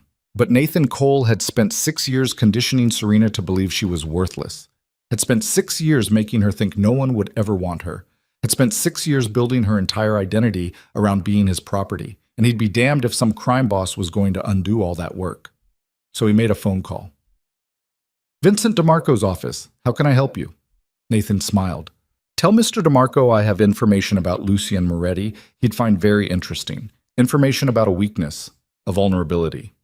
A pause. Hold, please. 90 seconds later, a different voice came on the line. Older, rougher, carrying the weight of authority earned through decades of calculated violence. This is Vincent DeMarco. Who am I speaking with? Someone who can help you hurt Lucien Moretti where it counts. I'm listening. Nathan's smile widened. And 3 miles away in a Manhattan penthouse, Serena stood by the window watching the city lights twinkle like stars that didn't know they were already dead. She had no idea that the worst was yet to come. That Nathan had just lit a fuse that would burn everything she'd built to ashes. That the choice she'd made to trust Lucien Moretti was about to cost both of them more than either could afford to pay. The city breathed below her, millions of people living their lives. And somewhere in that chaos, forces were already moving. Pieces arranging themselves on a board she couldn't see. A game she didn't know she was playing. With stakes she wouldn't understand until it was far too late to change the outcome. 3 weeks passed like holding your breath underwater. Serena spent the first week waiting for Nathan to reappear. Watching the street from the penthouse windows, jumping at every unexpected sound. Her phone stayed on silent, but she checked it compulsively, expecting threats that never came. The second week brought a different kind of anxiety. Lucian's lawyer, a sharp-dressed woman named Caroline Park, who looked like she ate hostile witnesses for breakfast, filed divorce papers citing abandonment, abuse, and irreconcilable differences. Had them served to Nathan's Philadelphia address. Nathan had 30 days to respond. By the third week, Serena started believing maybe it was actually over. Maybe Lucien's threat had worked. Maybe Nathan had finally accepted defeat and moved on. She should have known better. On day 22, Serena returned to Castellano's diner for the first time since the attack. Not to work. Sal had told her to take all the time she needed, but to prove to herself that she could walk through those doors without falling apart. The diner looked exactly the same. Black and white tiles, red vinyl booze, yellow pendant lights swinging gently overhead. But it felt different now. The ghosts of that night lingered in the corners where people had watched her bleed and done nothing. Rosa saw her first, rushed over with tears already streaming down her face. Serena, oh honey, I'm so sorry. We should have done something. We should have stopped him. It's okay. It's not okay. We were cowards, all of us. We just sat there. Rosa. Serena took her hands, squeezed. It's over. I'm okay. That's what matters. But she wasn't okay. Not really. Just better at pretending. She stayed for an hour, drank coffee, talked with the other waitresses who apologized with their eyes even when words failed them. Sal himself emerged from the kitchen, a bear of a man in his 70s with hands scarred from decades of cooking, and hugged her so tight she couldn't breathe. You need anything, he said gruffly. Anything at all. You call me. Understand? Serena nodded against his shoulder. When she finally left, the sun was setting behind the Brooklyn rooftops in shades of orange and purple that looked almost peaceful. She walked toward the subway station 3 blocks away, hands in her jacket pockets, lost in thought. She didn't notice the car following her, didn't see the 3 men who'd been waiting outside the diner for exactly this moment, didn't realize she'd made a critical mistake until someone grabbed her from behind and a hand clamped over her mouth, cutting off her scream before it could escape. They dragged her into an alley in less than 5 seconds. Fast, professional, practiced. Serena thrashed, trying to remember the self-defense techniques she'd watched on YouTube, but her body forgot everything under the surge of pure terror. One man held her arms, another kept his hand over her mouth. The third stood in front of her holding a phone up like he was recording. Stop fighting. The one with the phone spoke calmly, almost bored. We're not here to hurt you, just delivering a message. Serena's eyes went wide, tried to scream against the hand covering her mouth, only managed muffled sounds that wouldn't carry past the alley. Lucien Moretti thinks he can protect you, thinks putting you in a fancy apartment makes you untouchable. The man tilted his head. He's wrong. You're a loose end, a weakness, and we don't like weaknesses. He stepped closer, close enough that Serena could see the tattoo on his neck, some kind of family crest she didn't recognize. So here's what's going to happen. You're going to stop seeing Lucien, stop living in his property, stop being his problem. You're going to disappear the way you're good at disappearing. And if you don't, he turned the phone around, showing her the screen. Photos of the penthouse building, of Serena leaving Castellano's earlier, of her walking down the street completely unaware she was being watched. We know where you sleep, where you eat, where you go. And next time we won't be so polite about delivering messages. Understand? Serena couldn't nod with the hand over her mouth, could barely breathe. The man with the phone smiled. Good talk. Then they let her go. Just released her and walked away like they'd been discussing weather instead of threats. Serena collapsed against the alley wall, gasping for air, her whole body shaking so violently she thought she might actually fall apart. They didn't hurt her, didn't need to. The message was clear enough. She pulled out her phone with trembling hands. Called Lucien. He answered before the second ring. Serena. They grabbed me. The words tumbled out in a rush. 3 men, outside Castellano's. They said I'm a weakness and I need to leave you alone, or they'll... She couldn't finish.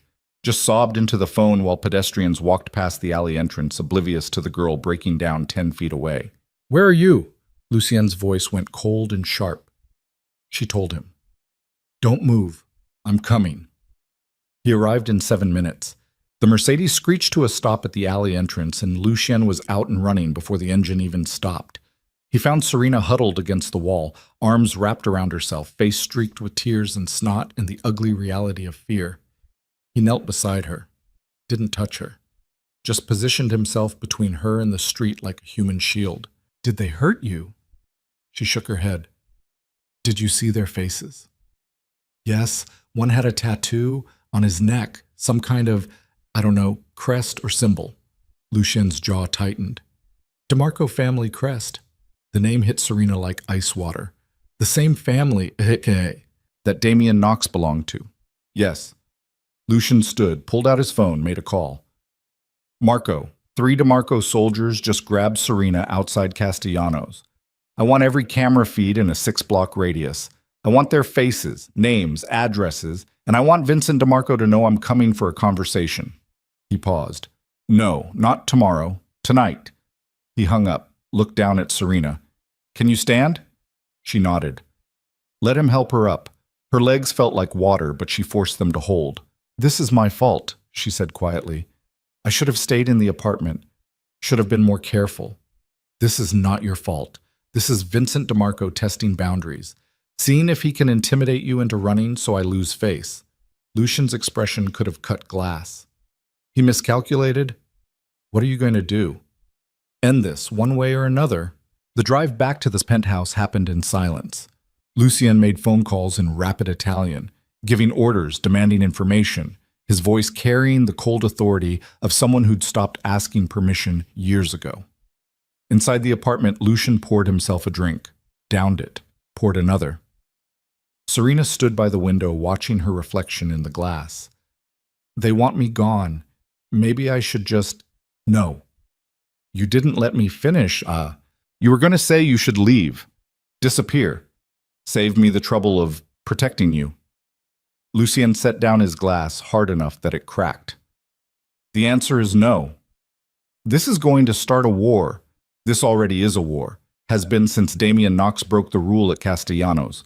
Vincent DeMarco thinks he can use you to make me back down, make me look weak, but he doesn't understand. Lucien turned to face her. I don't back down. Not when someone threatens what's mine.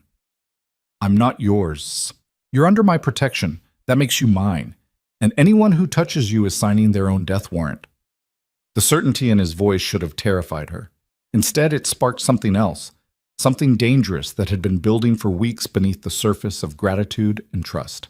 Why? Serena's voice came out barely above a whisper. Why does it matter this much? I'm nobody. A waitress with a traumatic past and an ex-husband who won't let go. Why risk everything for me? Lucien crossed the room, stopped close enough that she could see the exhaustion behind his eyes, the weight of decisions that kept him awake at night. Because I'm tired of watching men like Vincent DeMarco and Nathan Cole and every other predator in this city hurt people weaker than them and face no consequences. I'm tired of being part of a system that enables that violence. And I'm tired… His voice dropped. I'm tired of pretending I don't care what happens to you. The air between them shifted, charged with something neither of them had acknowledged until this moment. Lucien, you asked me once why I care. I told you it was about rules, about my aunt, about doing the right thing for once in my goddamn life. He stepped closer. I lied. Those things matter, but the truth is simpler. I care because when I look at you, I see someone who survived hell and came out the other side still capable of kindness, still capable of trusting despite every reason not to, still capable of being human when this world gives you every excuse to become something else. Serena felt tears burning. I'm not as good as you think I am. You're better than I'll ever be, and that's why… He stopped, turned away. That's why I need you to stay in the apartment tonight. Lock the doors. Don't open them for anyone but me. Understand? Where are you going? To have a conversation with Vincent DeMarco. That's not a conversation. That's a death sentence. For one of us, maybe. Lucien headed for the door, paused with his hand on the frame. If something happens to me, if I don't come back, there's an envelope in the top drawer of my desk. Instructions, money, contacts who'll help you disappear properly. Start over somewhere safe. Lucien, don't… Promise me you'll open it if I don't come back. Serena wanted to argue, wanted to scream that he couldn't just walk into a war zone and expect her to sit here waiting like some helpless damsel. But the look in his eyes stopped her. I promise. He nodded, started to leave. Lucien. He turned back. Serena crossed the distance between them before she could second-guess herself, rose on her toes, kissed him, It was brief, desperate, tasted like fear and whiskey, and everything neither of them had been brave enough to say out loud. When she pulled back, Lucian stared at her like she'd just rewritten every equation he'd spent his life solving. "Don't die," Serena whispered. "Please, I can't survive losing someone else. She couldn't finish, couldn't say the word, couldn't admit what she'd been feeling for weeks. Lucian cupped her face in his hands, gentle despite the violence those same hands were capable of. "I'll come back," he said. "I promise." Then he was gone. The door clicked shut, and Serena was alone in a penthouse 37 floors above a city about to explode. Vincent DeMarco's estate sat in Staten Island like a fortress pretending to be a home. 10-foot walls, security cameras, guards who carried automatic weapons under expensive suits. The kind of place designed to make visitors understand exactly how much power lived inside. Lucien arrived at midnight with Marco and 4 other soldiers.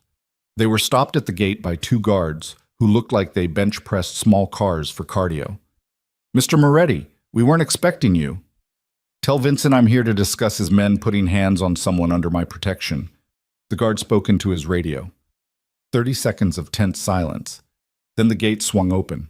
They drove up a curved driveway lined with perfectly manicured hedges and stopped in front of a massive colonial-style house that screamed new money trying to look old.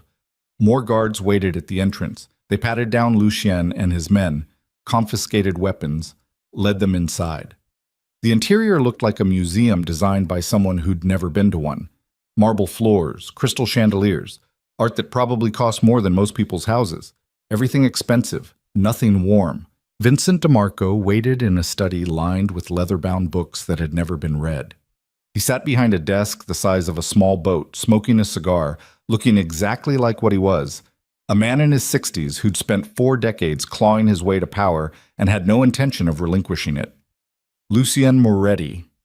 Vincent didn't stand, didn't offer a handshake, just gestured to the chair across from him. "To what do I owe this unexpected pleasure?" Lucien remained standing.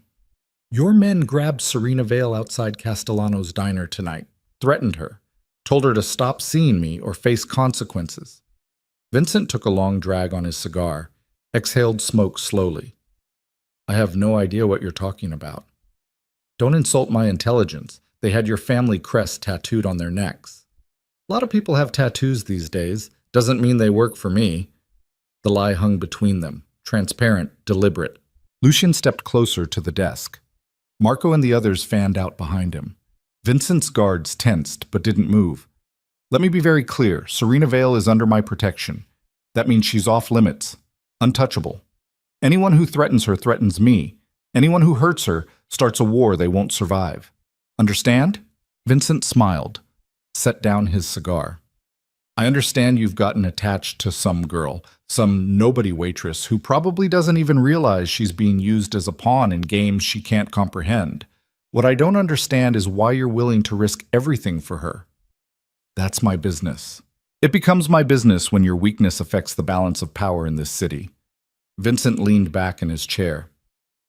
"You embarrassed my nephew, sent him running from New York with his tail between his legs. That made me look weak. Made people think the DeMarcos could be pushed around without consequences." "Damien violated sacred ground." "Sacred ground," Vincent laughed. "Your grandfather's precious rule. You know what that rule was, Lucien? A leash. A way for the Morettis to control everyone else by pretending to be civilized. But your grandfather's dead. The old ways are dead. And I'm done pretending this city isn't a battlefield." "Then you're declaring war." "I'm declaring the truth. This city belongs to whoever's strong enough to take it, and right now you're showing weakness, protecting some damaged girl, making emotional decisions. That's not leadership, that's liability." Lucian's hands clenched into fists. Marco stepped forward, ready to intervene if this turned violent. "Serena stays under my protection," Lucien said quietly. "Non-negotiable." "Then we have a problem." Vincent stood, walked around the desk, stopped 5 feet from Lucien. "Because I can't let your weakness become my exposure. So here's what's going to happen. You're going to end whatever this thing is with the girl. Send her away. Show everyone you're still the cold, calculating leader we all respect. Or," he paused, I'll end it for you. Is that a threat? It's a professional observation. Girls like Serena Vale, they're vulnerabilities. And vulnerabilities get exploited. So either you cut her loose or someone else will. And when that happens, the blood will be on your hands for not protecting her the only way that actually works, which is letting her go. The room fell silent.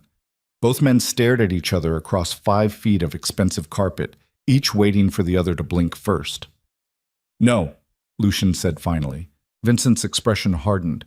Then you're choosing her over your empire. I'm choosing to do what's right over what's easy, something you've never understood. What's right?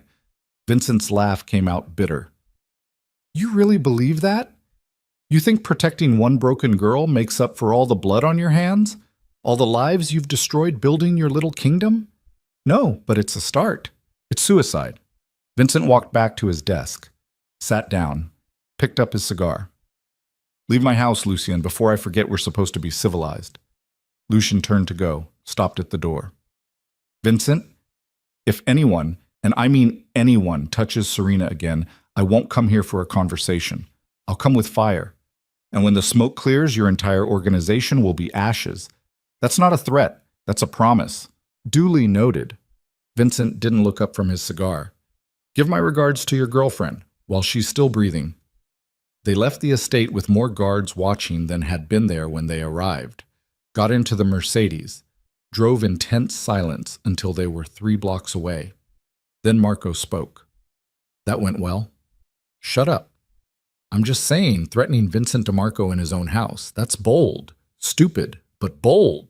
Lucien stared out the window at the Staten Island streets rolling past. He's not going to back down. No, he's going to escalate, probably soon. Marco glanced at him. You sure the girl's worth it?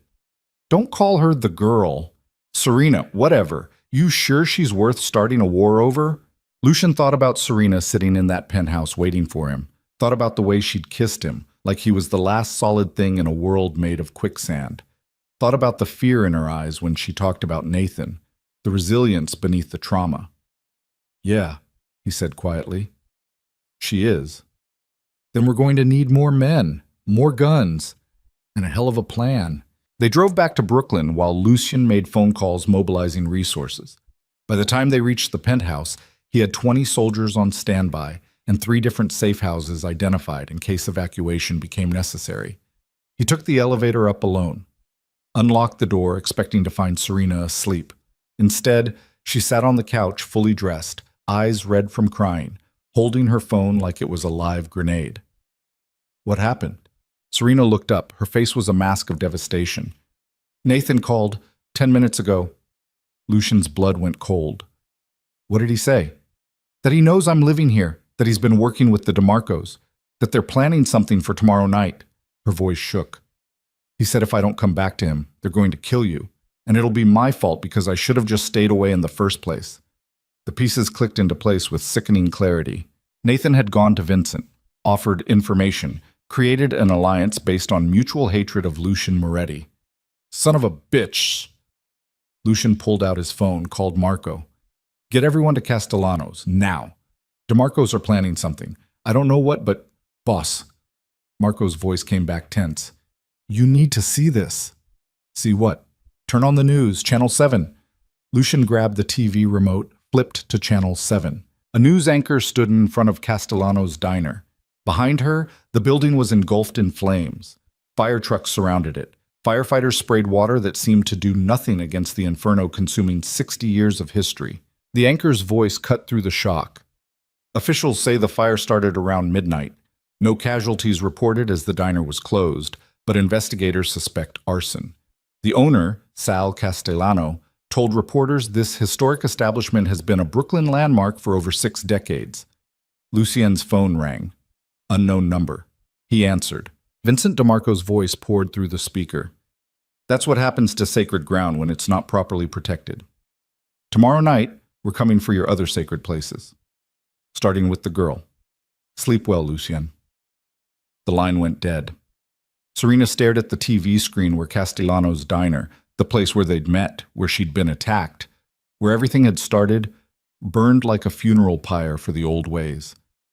They're going to kill me, she whispered. To hurt you. Lucien turned off the TV, crossed to her, pulled her to her feet. Listen to me. Tomorrow night, you're going to stay here, locked in, with Marco and 10 armed guards between you and anyone who tries to get through that door. Understand? What are you going to do? I'm going to end this, one way or another. By doing what?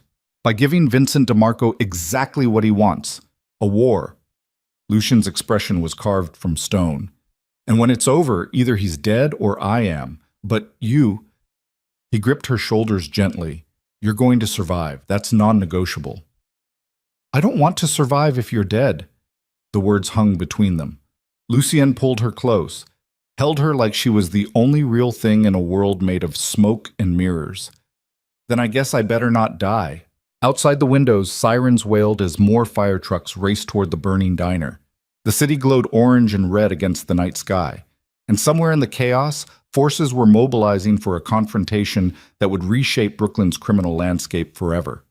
Lucien held Serena and made calculations in his head. Men, weapons, strategies, weaknesses to exploit, strengths to leverage. He'd spent his entire life preparing for war, but he'd never had something worth losing before. That changed everything. And as the diner burned and the city held its breath, Lucien Moretti made a decision that would define the rest of his life, however long that turned out to be. He would protect Serena Vale, even if it cost him everything, even if it meant becoming the monster he'd spent years pretending he wasn't, even if it meant burning the entire city down around them, because some things were worth fighting for, and she was one of them. The night stretched on. The fire burned itself out around 3 a.m., leaving nothing but blackened walls and the ghost of what had been. Serena fell asleep on the couch around 4, exhausted from fear and adrenaline crashes. Lucien sat by the window watching the sunrise paint the city in shades of gold and blood. Tomorrow night would bring violence, death, the end of one world and the beginning of another. He was ready, or at least he told himself he was, because ready or not, the war was coming. And there was no turning back now. The day before the war felt like standing at the edge of a cliff, watching the ground crumble beneath your feet. Serena woke up on this couch with sunlight burning through the penthouse windows, and Lucien standing by the glass, phone pressed to his ear, speaking in rapid Italian that sounded like orders being given to soldiers preparing for battle. He'd been making calls for hours. She could tell by the exhaustion carved into his face, the coffee cup abandoned on the side table, the tension radiating from his shoulders. When he finally hung up, he turned and saw her awake.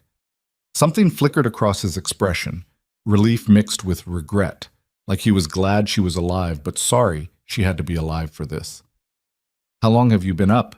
Serena asked. Didn't sleep.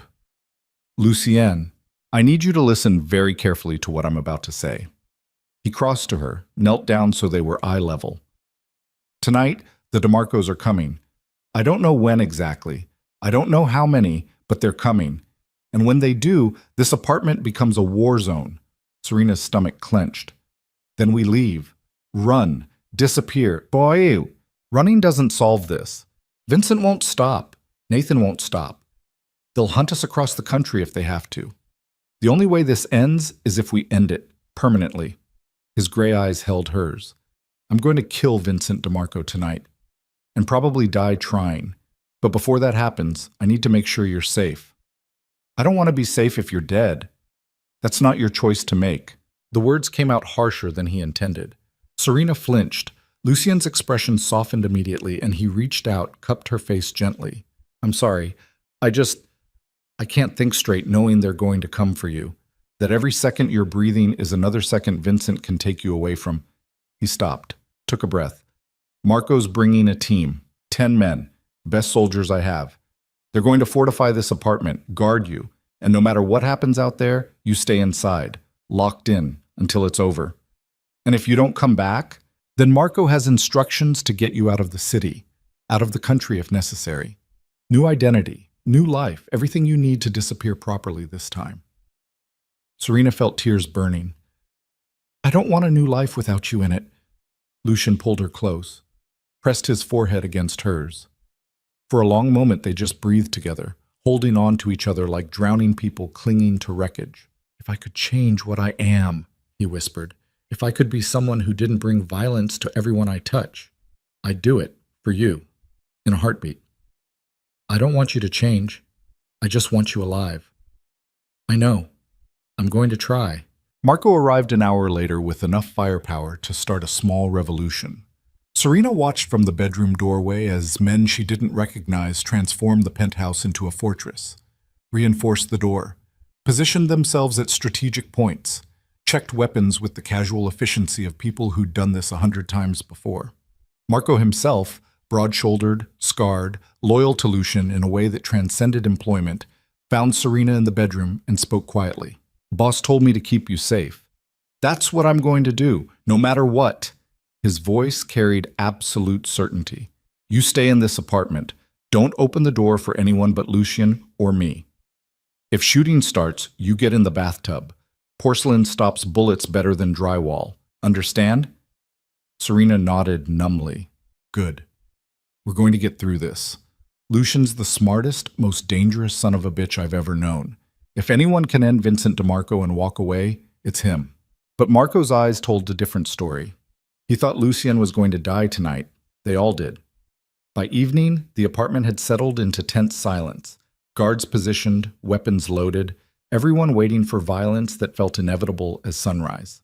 Lucien found Serena standing by the bedroom window, watching the city lights flicker on across Manhattan.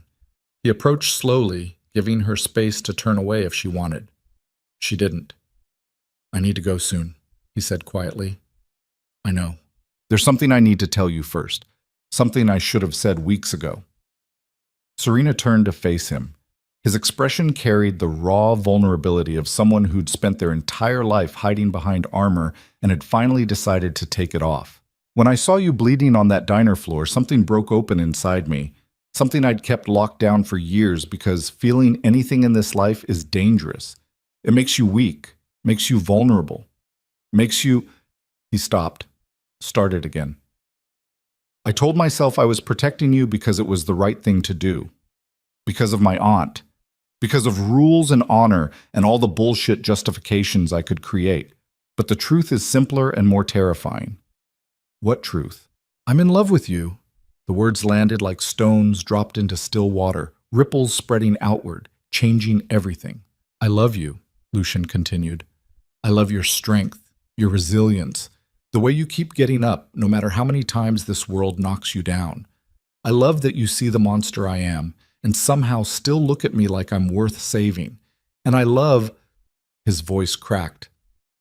I love that for the first time in my entire goddamn life, I feel like maybe I'm more than just the violence I was born into. Serena's tears fell freely now. Lucien, I know the timing is shit. I know telling you this right before I walk into a fight I might not survive is selfish. But I needed you to know. Needed you to understand that if I die tonight, I die for something that actually matters. For someone who makes this brutal, bloody life feel like it might have been worth living after all. Serena closed the distance between them, kissed him with all the desperation and fear and love she'd been holding back for weeks. He kissed her back like she was oxygen and he'd been drowning. When they finally broke apart, both of them were crying. Don't die, she whispered against his lips. Please, I can't lose you. Not when I just found someone who makes me feel human again. I'll fight like hell to come back to you. That's all I can promise. Then promise me something else. Anything. Promise that if you do come back, if we both survive this, we'll leave. Together. Walk away from all of this. Build something new somewhere the past can't follow us. Lucian pulled back slightly, searched her face. You do that? Leave everything behind? I've done it before. But this time I wouldn't be running alone. This time I'd be running towards something instead of away from it. She touched his face, memorizing the angles and scars and the way he looked at her like she was the only real thing in a world made of smoke. So promise me, no matter what happens tonight, if we survive, we leave. I promise.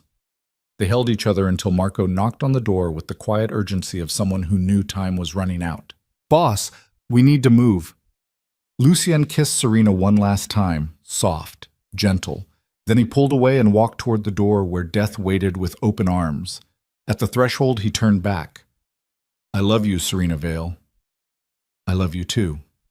Then he was gone, and Serena was left alone with 10 armed guards and the crushing weight of waiting to see if the man she loved would survive the night. Vincent DeMarco's plan was elegant in its brutality. While Lucien mobilized his forces expecting an attack on the penthouse, Vincent sent teams to 3 other Moretti properties simultaneously: a warehouse in Red Hook, a social club in Bensonhurst, an apartment building in Bay Ridge where Lucien's sister Angela lived. Diversionary tactics: split Lucien's resources, force him to choose which locations to defend, create chaos and confusion while the real attack happened somewhere he wouldn't expect: Castellano's diner, or what was left of it. The burned-out shell still stood on Mercer Street, blackened walls, collapsed roof, crime scene tape fluttering in the evening wind. No one had been back since the fire. No one had any reason to. Except Vincent knew Lucy. Yen knew he'd come to the diner eventually, to see the damage, to stand where his grandfather's legacy had turned to ash, to confront the reality of what his protection of Serena had cost. And when Lucien arrived, Vincent would be waiting. Lucien received the first reports around 9 p.m. Gunfire at the Red Hook warehouse, his men pinned down but holding. Then the social club. Then Angela's building, though she'd already been evacuated to a safe location hours earlier. He stood in the back of the Mercedes studying a map of Brooklyn on his phone while Marco drove and 3 other cars full of soldiers followed behind. "They're spreading us thin," Marco said. "Classic diversion." "I know." "So where's the real attack?" Lucien stared at the map, at the 3 locations under fire, at the penthouse where Serena waited under guard, at the burned-out shell of Castellano's diner marked on the screen like a wound that wouldn't heal. "The diner," he said quietly. Marco looked at him. "It's already destroyed." "Why would they?" "Because Vincent knows I'll come back to it eventually. Knows it means something, and he wants to be there when I do. Wants to kill me in the place my grandfather built. Make a statement. That's twisted." "That's Vincent." Lucien made a call. "Everyone converge on Castellanos, now. Leave skeleton crews at the other locations, but I want full force at the diner in 10 minutes. Marco took a hard left, tires screaming. This could be exactly what he wants, drawing you to his killing ground. "I know, do it anyway." They arrived at Castellanos with 8 cars and 30 men who moved through the ruined diner like shadows with guns. The place looked like a corpse, blackened, hollowed out, reeking of smoke and destruction. Yellow police tape crisscrossed the entrance. No lights, no movement. Too quiet. Lucien stepped through what used to be the front door, glass crunching under his feet. Inside, the black and white tiles were scorched and cracked. The counter had collapsed. Booth cushions had melted into toxic puddles. Everything his grandfather built reduced to carbon and ash. "Lucien Moretti." The voice came from the back of the diner. Vincent DeMarco stepped out of the shadows, followed by 15 armed men who materialized from the ruins like ghosts solidifying into flesh. Lucien's soldiers raised their weapons. Vincent's men did the same. 30 guns pointed at 30 targets in a space that suddenly felt far too small. "You knew I'd come," Lucien said. "Of course. You're predictable when it comes to sentiment. Your grandfather's precious diner, your tragic little waitress. You care about things, Lucien. That's your weakness." Vincent walked forward slowly, hands in his pockets, completely at ease despite being surrounded by men who wanted him dead. "I spent 40 years learning not to care about anything. Makes decisions so much clearer." "Is that why you burned down a landmark?" "For clarity. I burned it down to prove a point. That your rules, your sacred ground, your grandfather's legacy, it's all just kindling. The only thing that matters in this city is power. And right now, I have more of it than you do." "You sure about that?" Vincent smiled, gestured around at the burned diner. "Your empire is crumbling. Your men are scattered across Brooklyn fighting fires. Your sister is in hiding, and your girlfriend—" He paused for effect. "She's sitting in a penthouse guarded by 10 men who won't be enough when I decide to take her." Lucien's finger moved to his trigger. Marco stepped forward, ready to start the war right here, but Vincent raised his hand. "Before we all die in this shithole, I want to give you one last chance. Walk away. Give up the girl. Acknowledge that I run this city now. Do that, and your people live. Your sister stays safe. You get to keep breathing. All you have to do is let Serena Vale go. No. No? Vincent's expression hardened. You'd rather die for her than live without her? Yes. That's pathetic. That's love. Lucien lowered his gun slightly, not surrendering, just shifting the conversation from violence to something more dangerous, truth. You spent 40 years learning not to care. Congratulations, you're powerful, untouchable, and completely alone. When you die, and you will die, probably tonight, no one will mourn you. No one will remember you as anything other than another gangster who killed enough people to call himself king for a while. Is that really the legacy you want? Vincent's smile vanished. Spare me the philosophy. It's not philosophy, it's reality. I spent my whole life trying to be like you, cold, calculating, building power by cutting away everything that made me human. And you know what that got me? Nothing. Just an empty penthouse and a reputation that terrified everyone, including myself. Then I met Serena. And for the first time I understood what my grandfather was trying to build with this place. Not just neutral ground, but proof that we could be more than our worst impulses. That we could protect something fragile and beautiful in the middle of all this darkness. And look how that turned out. Vincent gestured at the ruins. Your protection meant nothing. Your precious diner is ash. And that girl you love? She's next. The gunshot came from nowhere. One of Vincent's men dropped, blood spreading across his chest. Then chaos. Muzzle flashes lit the darkness like lightning. The sound of gunfire in the confined space was deafening, a continuous roar that made thinking impossible. Lucien dove behind the remains of the counter while bullets chewed through what was left of the diner's walls. Marco appeared beside him, breathing hard. We're outnumbered. I know. Call for backup. Already did. 5 minutes out. 5 minutes might as well have been 5 hours. Lucien risked a glance over the counter, saw 3 of his men down, saw Vincent retreating toward the kitchen, protected by a wall of soldiers, saw the diner being destroyed for the second time in as many days. Then he saw something that made his blood freeze.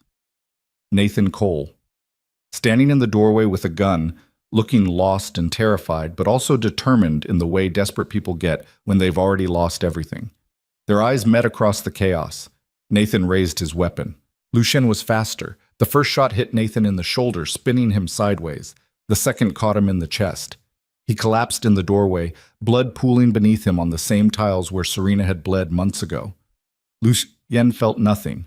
No guilt, no triumph, just the cold efficiency of eliminating a threat. But the distraction cost him. Vincent's voice cut through the gunfire. Take Moretti alive. I want him breathing when I put a bullet in his head. Hands grabbed Lucien from behind. He fought, broke free, put 2 rounds into the nearest attacker. But more came. Too many. They swarmed him, dragged him down, pinned him against the scorched floor. Marco screamed something, a warning or a battle cry, but more gunfire drowned it out. Then silence. Not real silence, just the sudden absence of shooting that felt louder than the chaos before it. Ringing ears, smoke, the smell of cordite and blood. Lucien found himself on his knees with a gun pressed to the back of his head. Around him, his surviving men were in similar positions, 8 of them left out of 30, the rest dead or dying. Vincent walked over slowly, stood in front of Lucien, smiled. I told you, predictable. Lucien looked up at him. You won. Congratulations. Now what? Now I make an example. Show this city what happens to people who challenge me. Vincent pulled out his own gun, pressed it against Lucien's forehead. Any last words? Yeah, you forgot something. What's that? I'm not the one you should be worried about. The gunshot came from the doorway. Vincent staggered, blood spreading across his side. He turned, raising his weapon toward the source of the shot. Serena stood there, holding a gun with both hands, trembling so badly she could barely aim.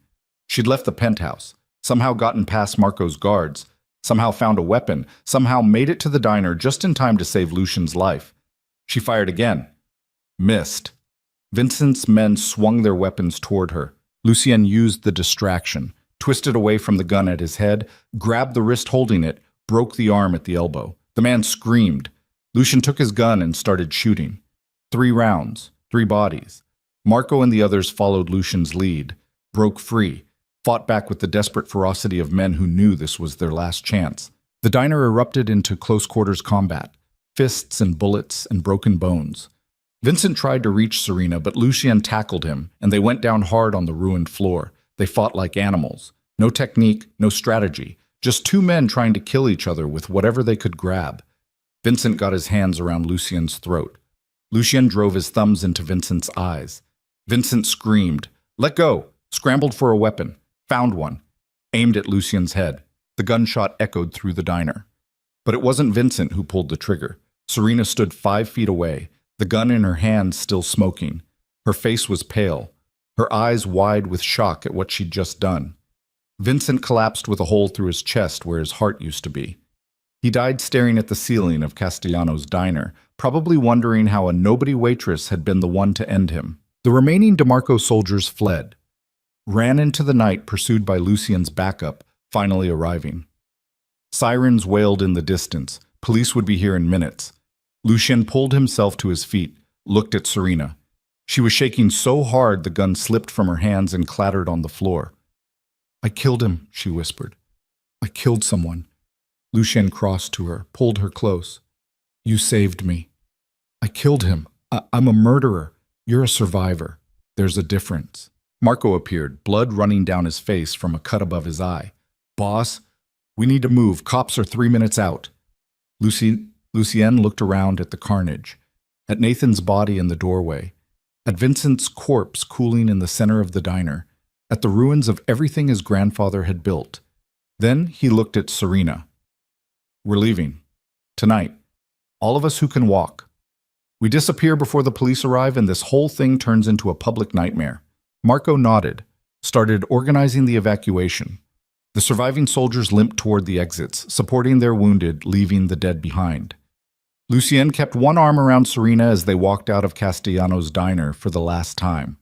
Behind them, the building stood like a tombstone, marking the death of one world and the birth of another. 3 months later, Serena stood on a beach in Costa Rica watching the sun set over the Pacific in shades of orange and gold that looked almost peaceful. The ocean stretched to the horizon. Waves crashed against the shore in rhythmic patterns that had existed long before human violence and would continue long after. Seabirds called overhead. Palm trees swayed in the warm breeze. She wore a simple white dress. Her hair had grown longer, lighter from the sun. The scars on her face had faded to thin silver lines you'd only notice if you were looking for them. Behind her, a small house sat nestled between the jungle and the beach. Nothing fancy, just wood and stone and open windows that let the ocean breeze flow through. A place they'd bought with the last of Lucien's hidden money. A place where no one knew their names or their history. Footsteps in the sand behind her. Lucien appeared, carrying 2 bottles of beer frosted with condensation. He handed her one. They stood side by side watching the sunset without speaking. He looked different too. Lighter, somehow. The constant tension that had lived in his shoulders for years had eased. He wore simple clothes, jeans, a white t-shirt, no expensive suits or weapons hidden under tailored jackets. His hair had grown out slightly. He'd stopped shaving every day. He looked human, not a crime boss, not a killer, just a man watching a sunset with the woman he loved. "Marco called," he said finally. "Everything's settled. The DeMarcos fell apart after Vincent died. His lieutenants turned on each other fighting for control. My sister took over my old operations. She's doing well. Sends her love." "Will she be safe?" "Angela's smarter than I ever was. She'll be fine." He took a long drink of beer. The divorce papers came through too. Nathan's family signed everything. "You're legally free." Serena closed her eyes, felt the weight of that word. Free. She'd spent so long running that she'd forgotten what it felt like to stop, to breathe, to exist without constantly looking over her shoulder. "Do you miss it?" she asked. "The power, the empire, being someone people feared." Lucien considered the question seriously. "Sometimes, when I wake up at 3 a.m. and can't sleep, I miss the clarity, the simple math of power and control, but then I look at you sleeping beside me and remember why we left, and I don't miss it at all anymore." "What do you miss then?" "Castellano's, the diner. Not as it was at the end, but—" He paused. "I miss what it represented. The idea that we could be better than our worst instincts, that neutral ground could exist, Serena leaned against him. We could build something like that here. Not a diner exactly, but a place. A restaurant maybe. Somewhere locals feel safe, where tourists come for good food and stay for the atmosphere. You'd want to do that? I've been thinking about it. I know how to wait tables. You know how to run a business even if it's not the kind of business you ran before. We could start small, build something together, something clean. Lucian wrapped his arm around her shoulders, kissed the top of her head. I like that idea. A lot. They finished their beers as the sun touched the horizon. The sky turned deeper shades of red and purple. Stars began appearing overhead like pinpricks in dark fabric. Do you think we'll ever stop looking over our shoulders? Serena asked quietly. Will we ever really feel safe? I don't know. Probably not completely, but maybe that's okay. Maybe safety isn't about never feeling afraid. Maybe it's about building a life worth protecting despite the fear. When did you become a philosopher? Since I fell in love with someone who makes me want to be more than I was. Serena turned in his arms, looked up at his face silhouetted against the dying light. I love you. I love you too. They kissed as the sun disappeared below the horizon. The world went dark for just a moment before the stars and moon took over, providing a different kind of light. Softer, gentler, the kind of light you could build a life around. 6 months after that, they opened a small restaurant called Veils. A simple place.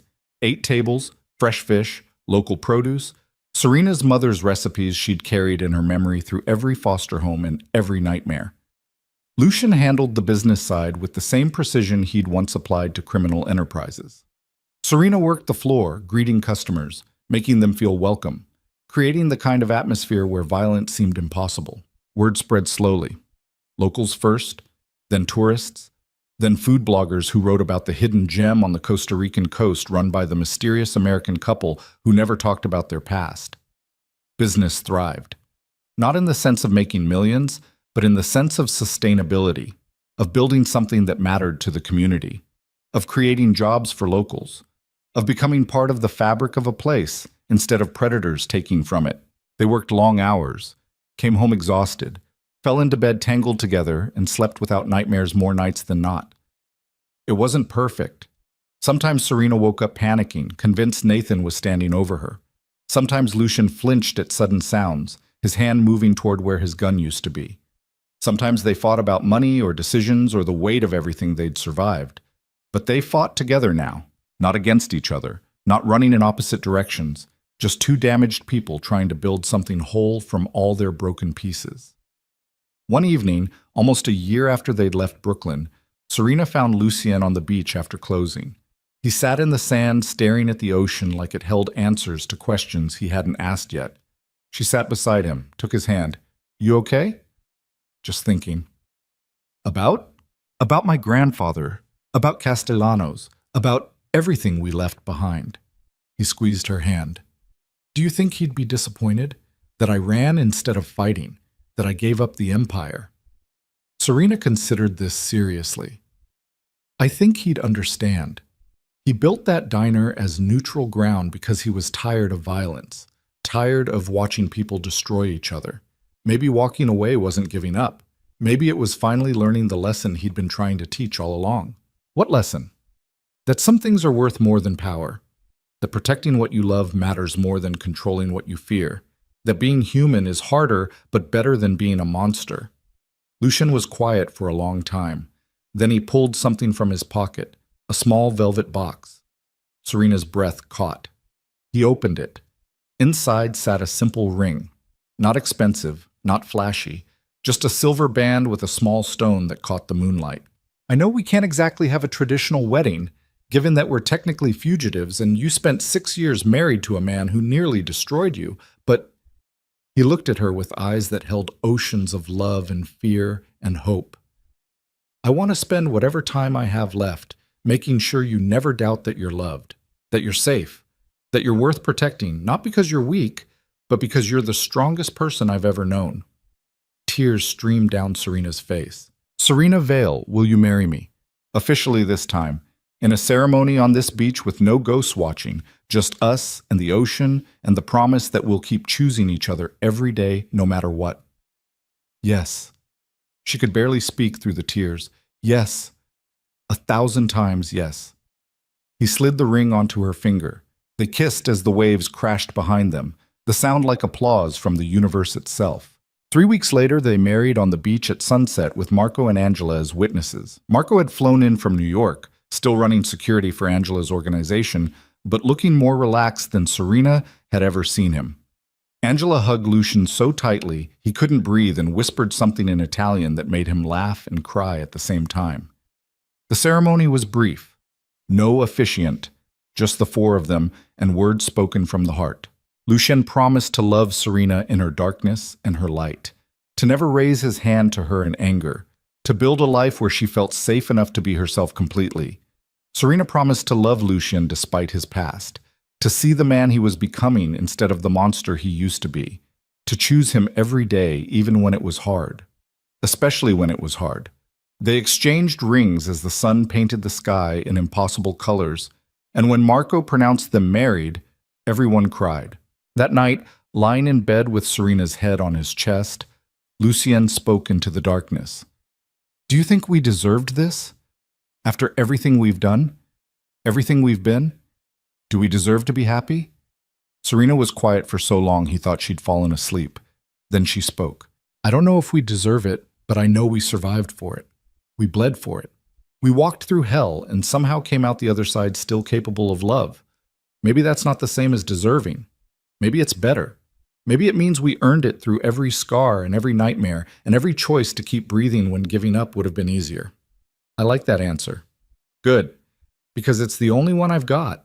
They fell asleep tangled together, the ocean breathing outside their window, stars overhead bearing witness to two people who'd been broken by the world and somehow found each other in the wreckage.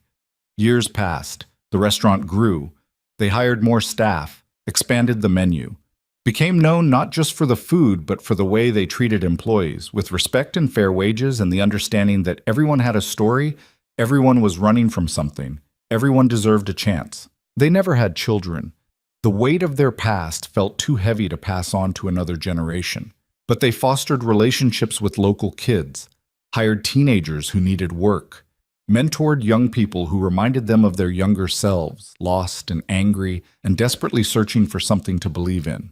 Serena never stopped flinching at unexpected touches. Lucien never stopped scanning rooms for exits and threats. But the panic attacks came less frequently. The nightmares faded. The scars became part of their story instead of the whole story. On their 5th anniversary, they stood on the same beach where they'd married. Older now, weathered by sun and time, but still standing.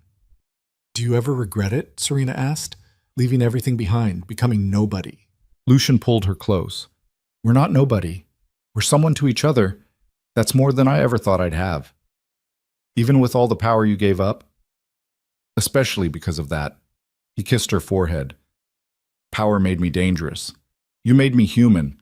I'll take human over dangerous every time. They watched the sunset like they'd done 1,000 times before and would do 1,000 times again. Two people who'd survived impossible odds. Two people who'd chosen love over vengeance, peace over power, each other over everything. The city they'd left behind continued without them. Brooklyn's criminal landscape shifted and evolved. New players emerged. Old grudges faded. Castellano's diner remained a burned-out shell for years before finally being demolished and replaced with luxury condos that no one could afford. But sometimes, late at night when the city was quiet, people who'd known the old days would tell stories.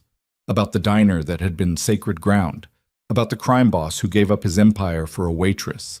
About the woman who survived hell and somehow kept her humanity intact. The stories grew with each telling. Became legend. Became myth. Some said Lucien Moretti died in the fire. Some said he was killed by Vincent DeMarco's men. Some said he was still alive somewhere, watching over Brooklyn from the shadows. None of them knew the truth. That he was living in Costa Rica with the woman he loved, running a restaurant, serving fish tacos to tourists, and finding peace in the simple act of existing without destroying everyone around him.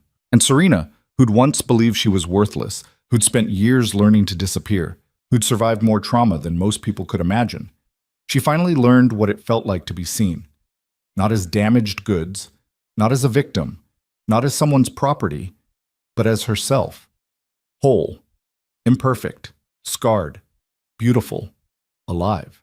On a beach in Costa Rica, as the sun set over the Pacific Ocean, two people who'd been broken by the world held each other and remembered that survival sometimes looks like happiness, that healing sometimes looks like forgiveness, that love sometimes looks like two damaged souls choosing each other every single day despite knowing exactly what darkness lives inside them both. They'd never be perfect, they'd never be safe completely, but they'd be together. And after everything they'd survived, that was more than enough. The waves crashed against the shore. The stars appeared overhead. And somewhere between the violence they'd left behind and the peace they'd built together, Serena and Lucien found what neither of them had been looking for, but both had desperately needed all along. Home. Not a place, but a person. Someone who'd seen them at their worst and loved them anyway. Someone who'd fought beside them through hell and chosen to stay when the fighting was done. Someone who proved that even in the darkest corners of the world, light could still find a way to break through. And that sometimes, just sometimes, the people who've been broken the most are the ones who build the most beautiful things from the pieces.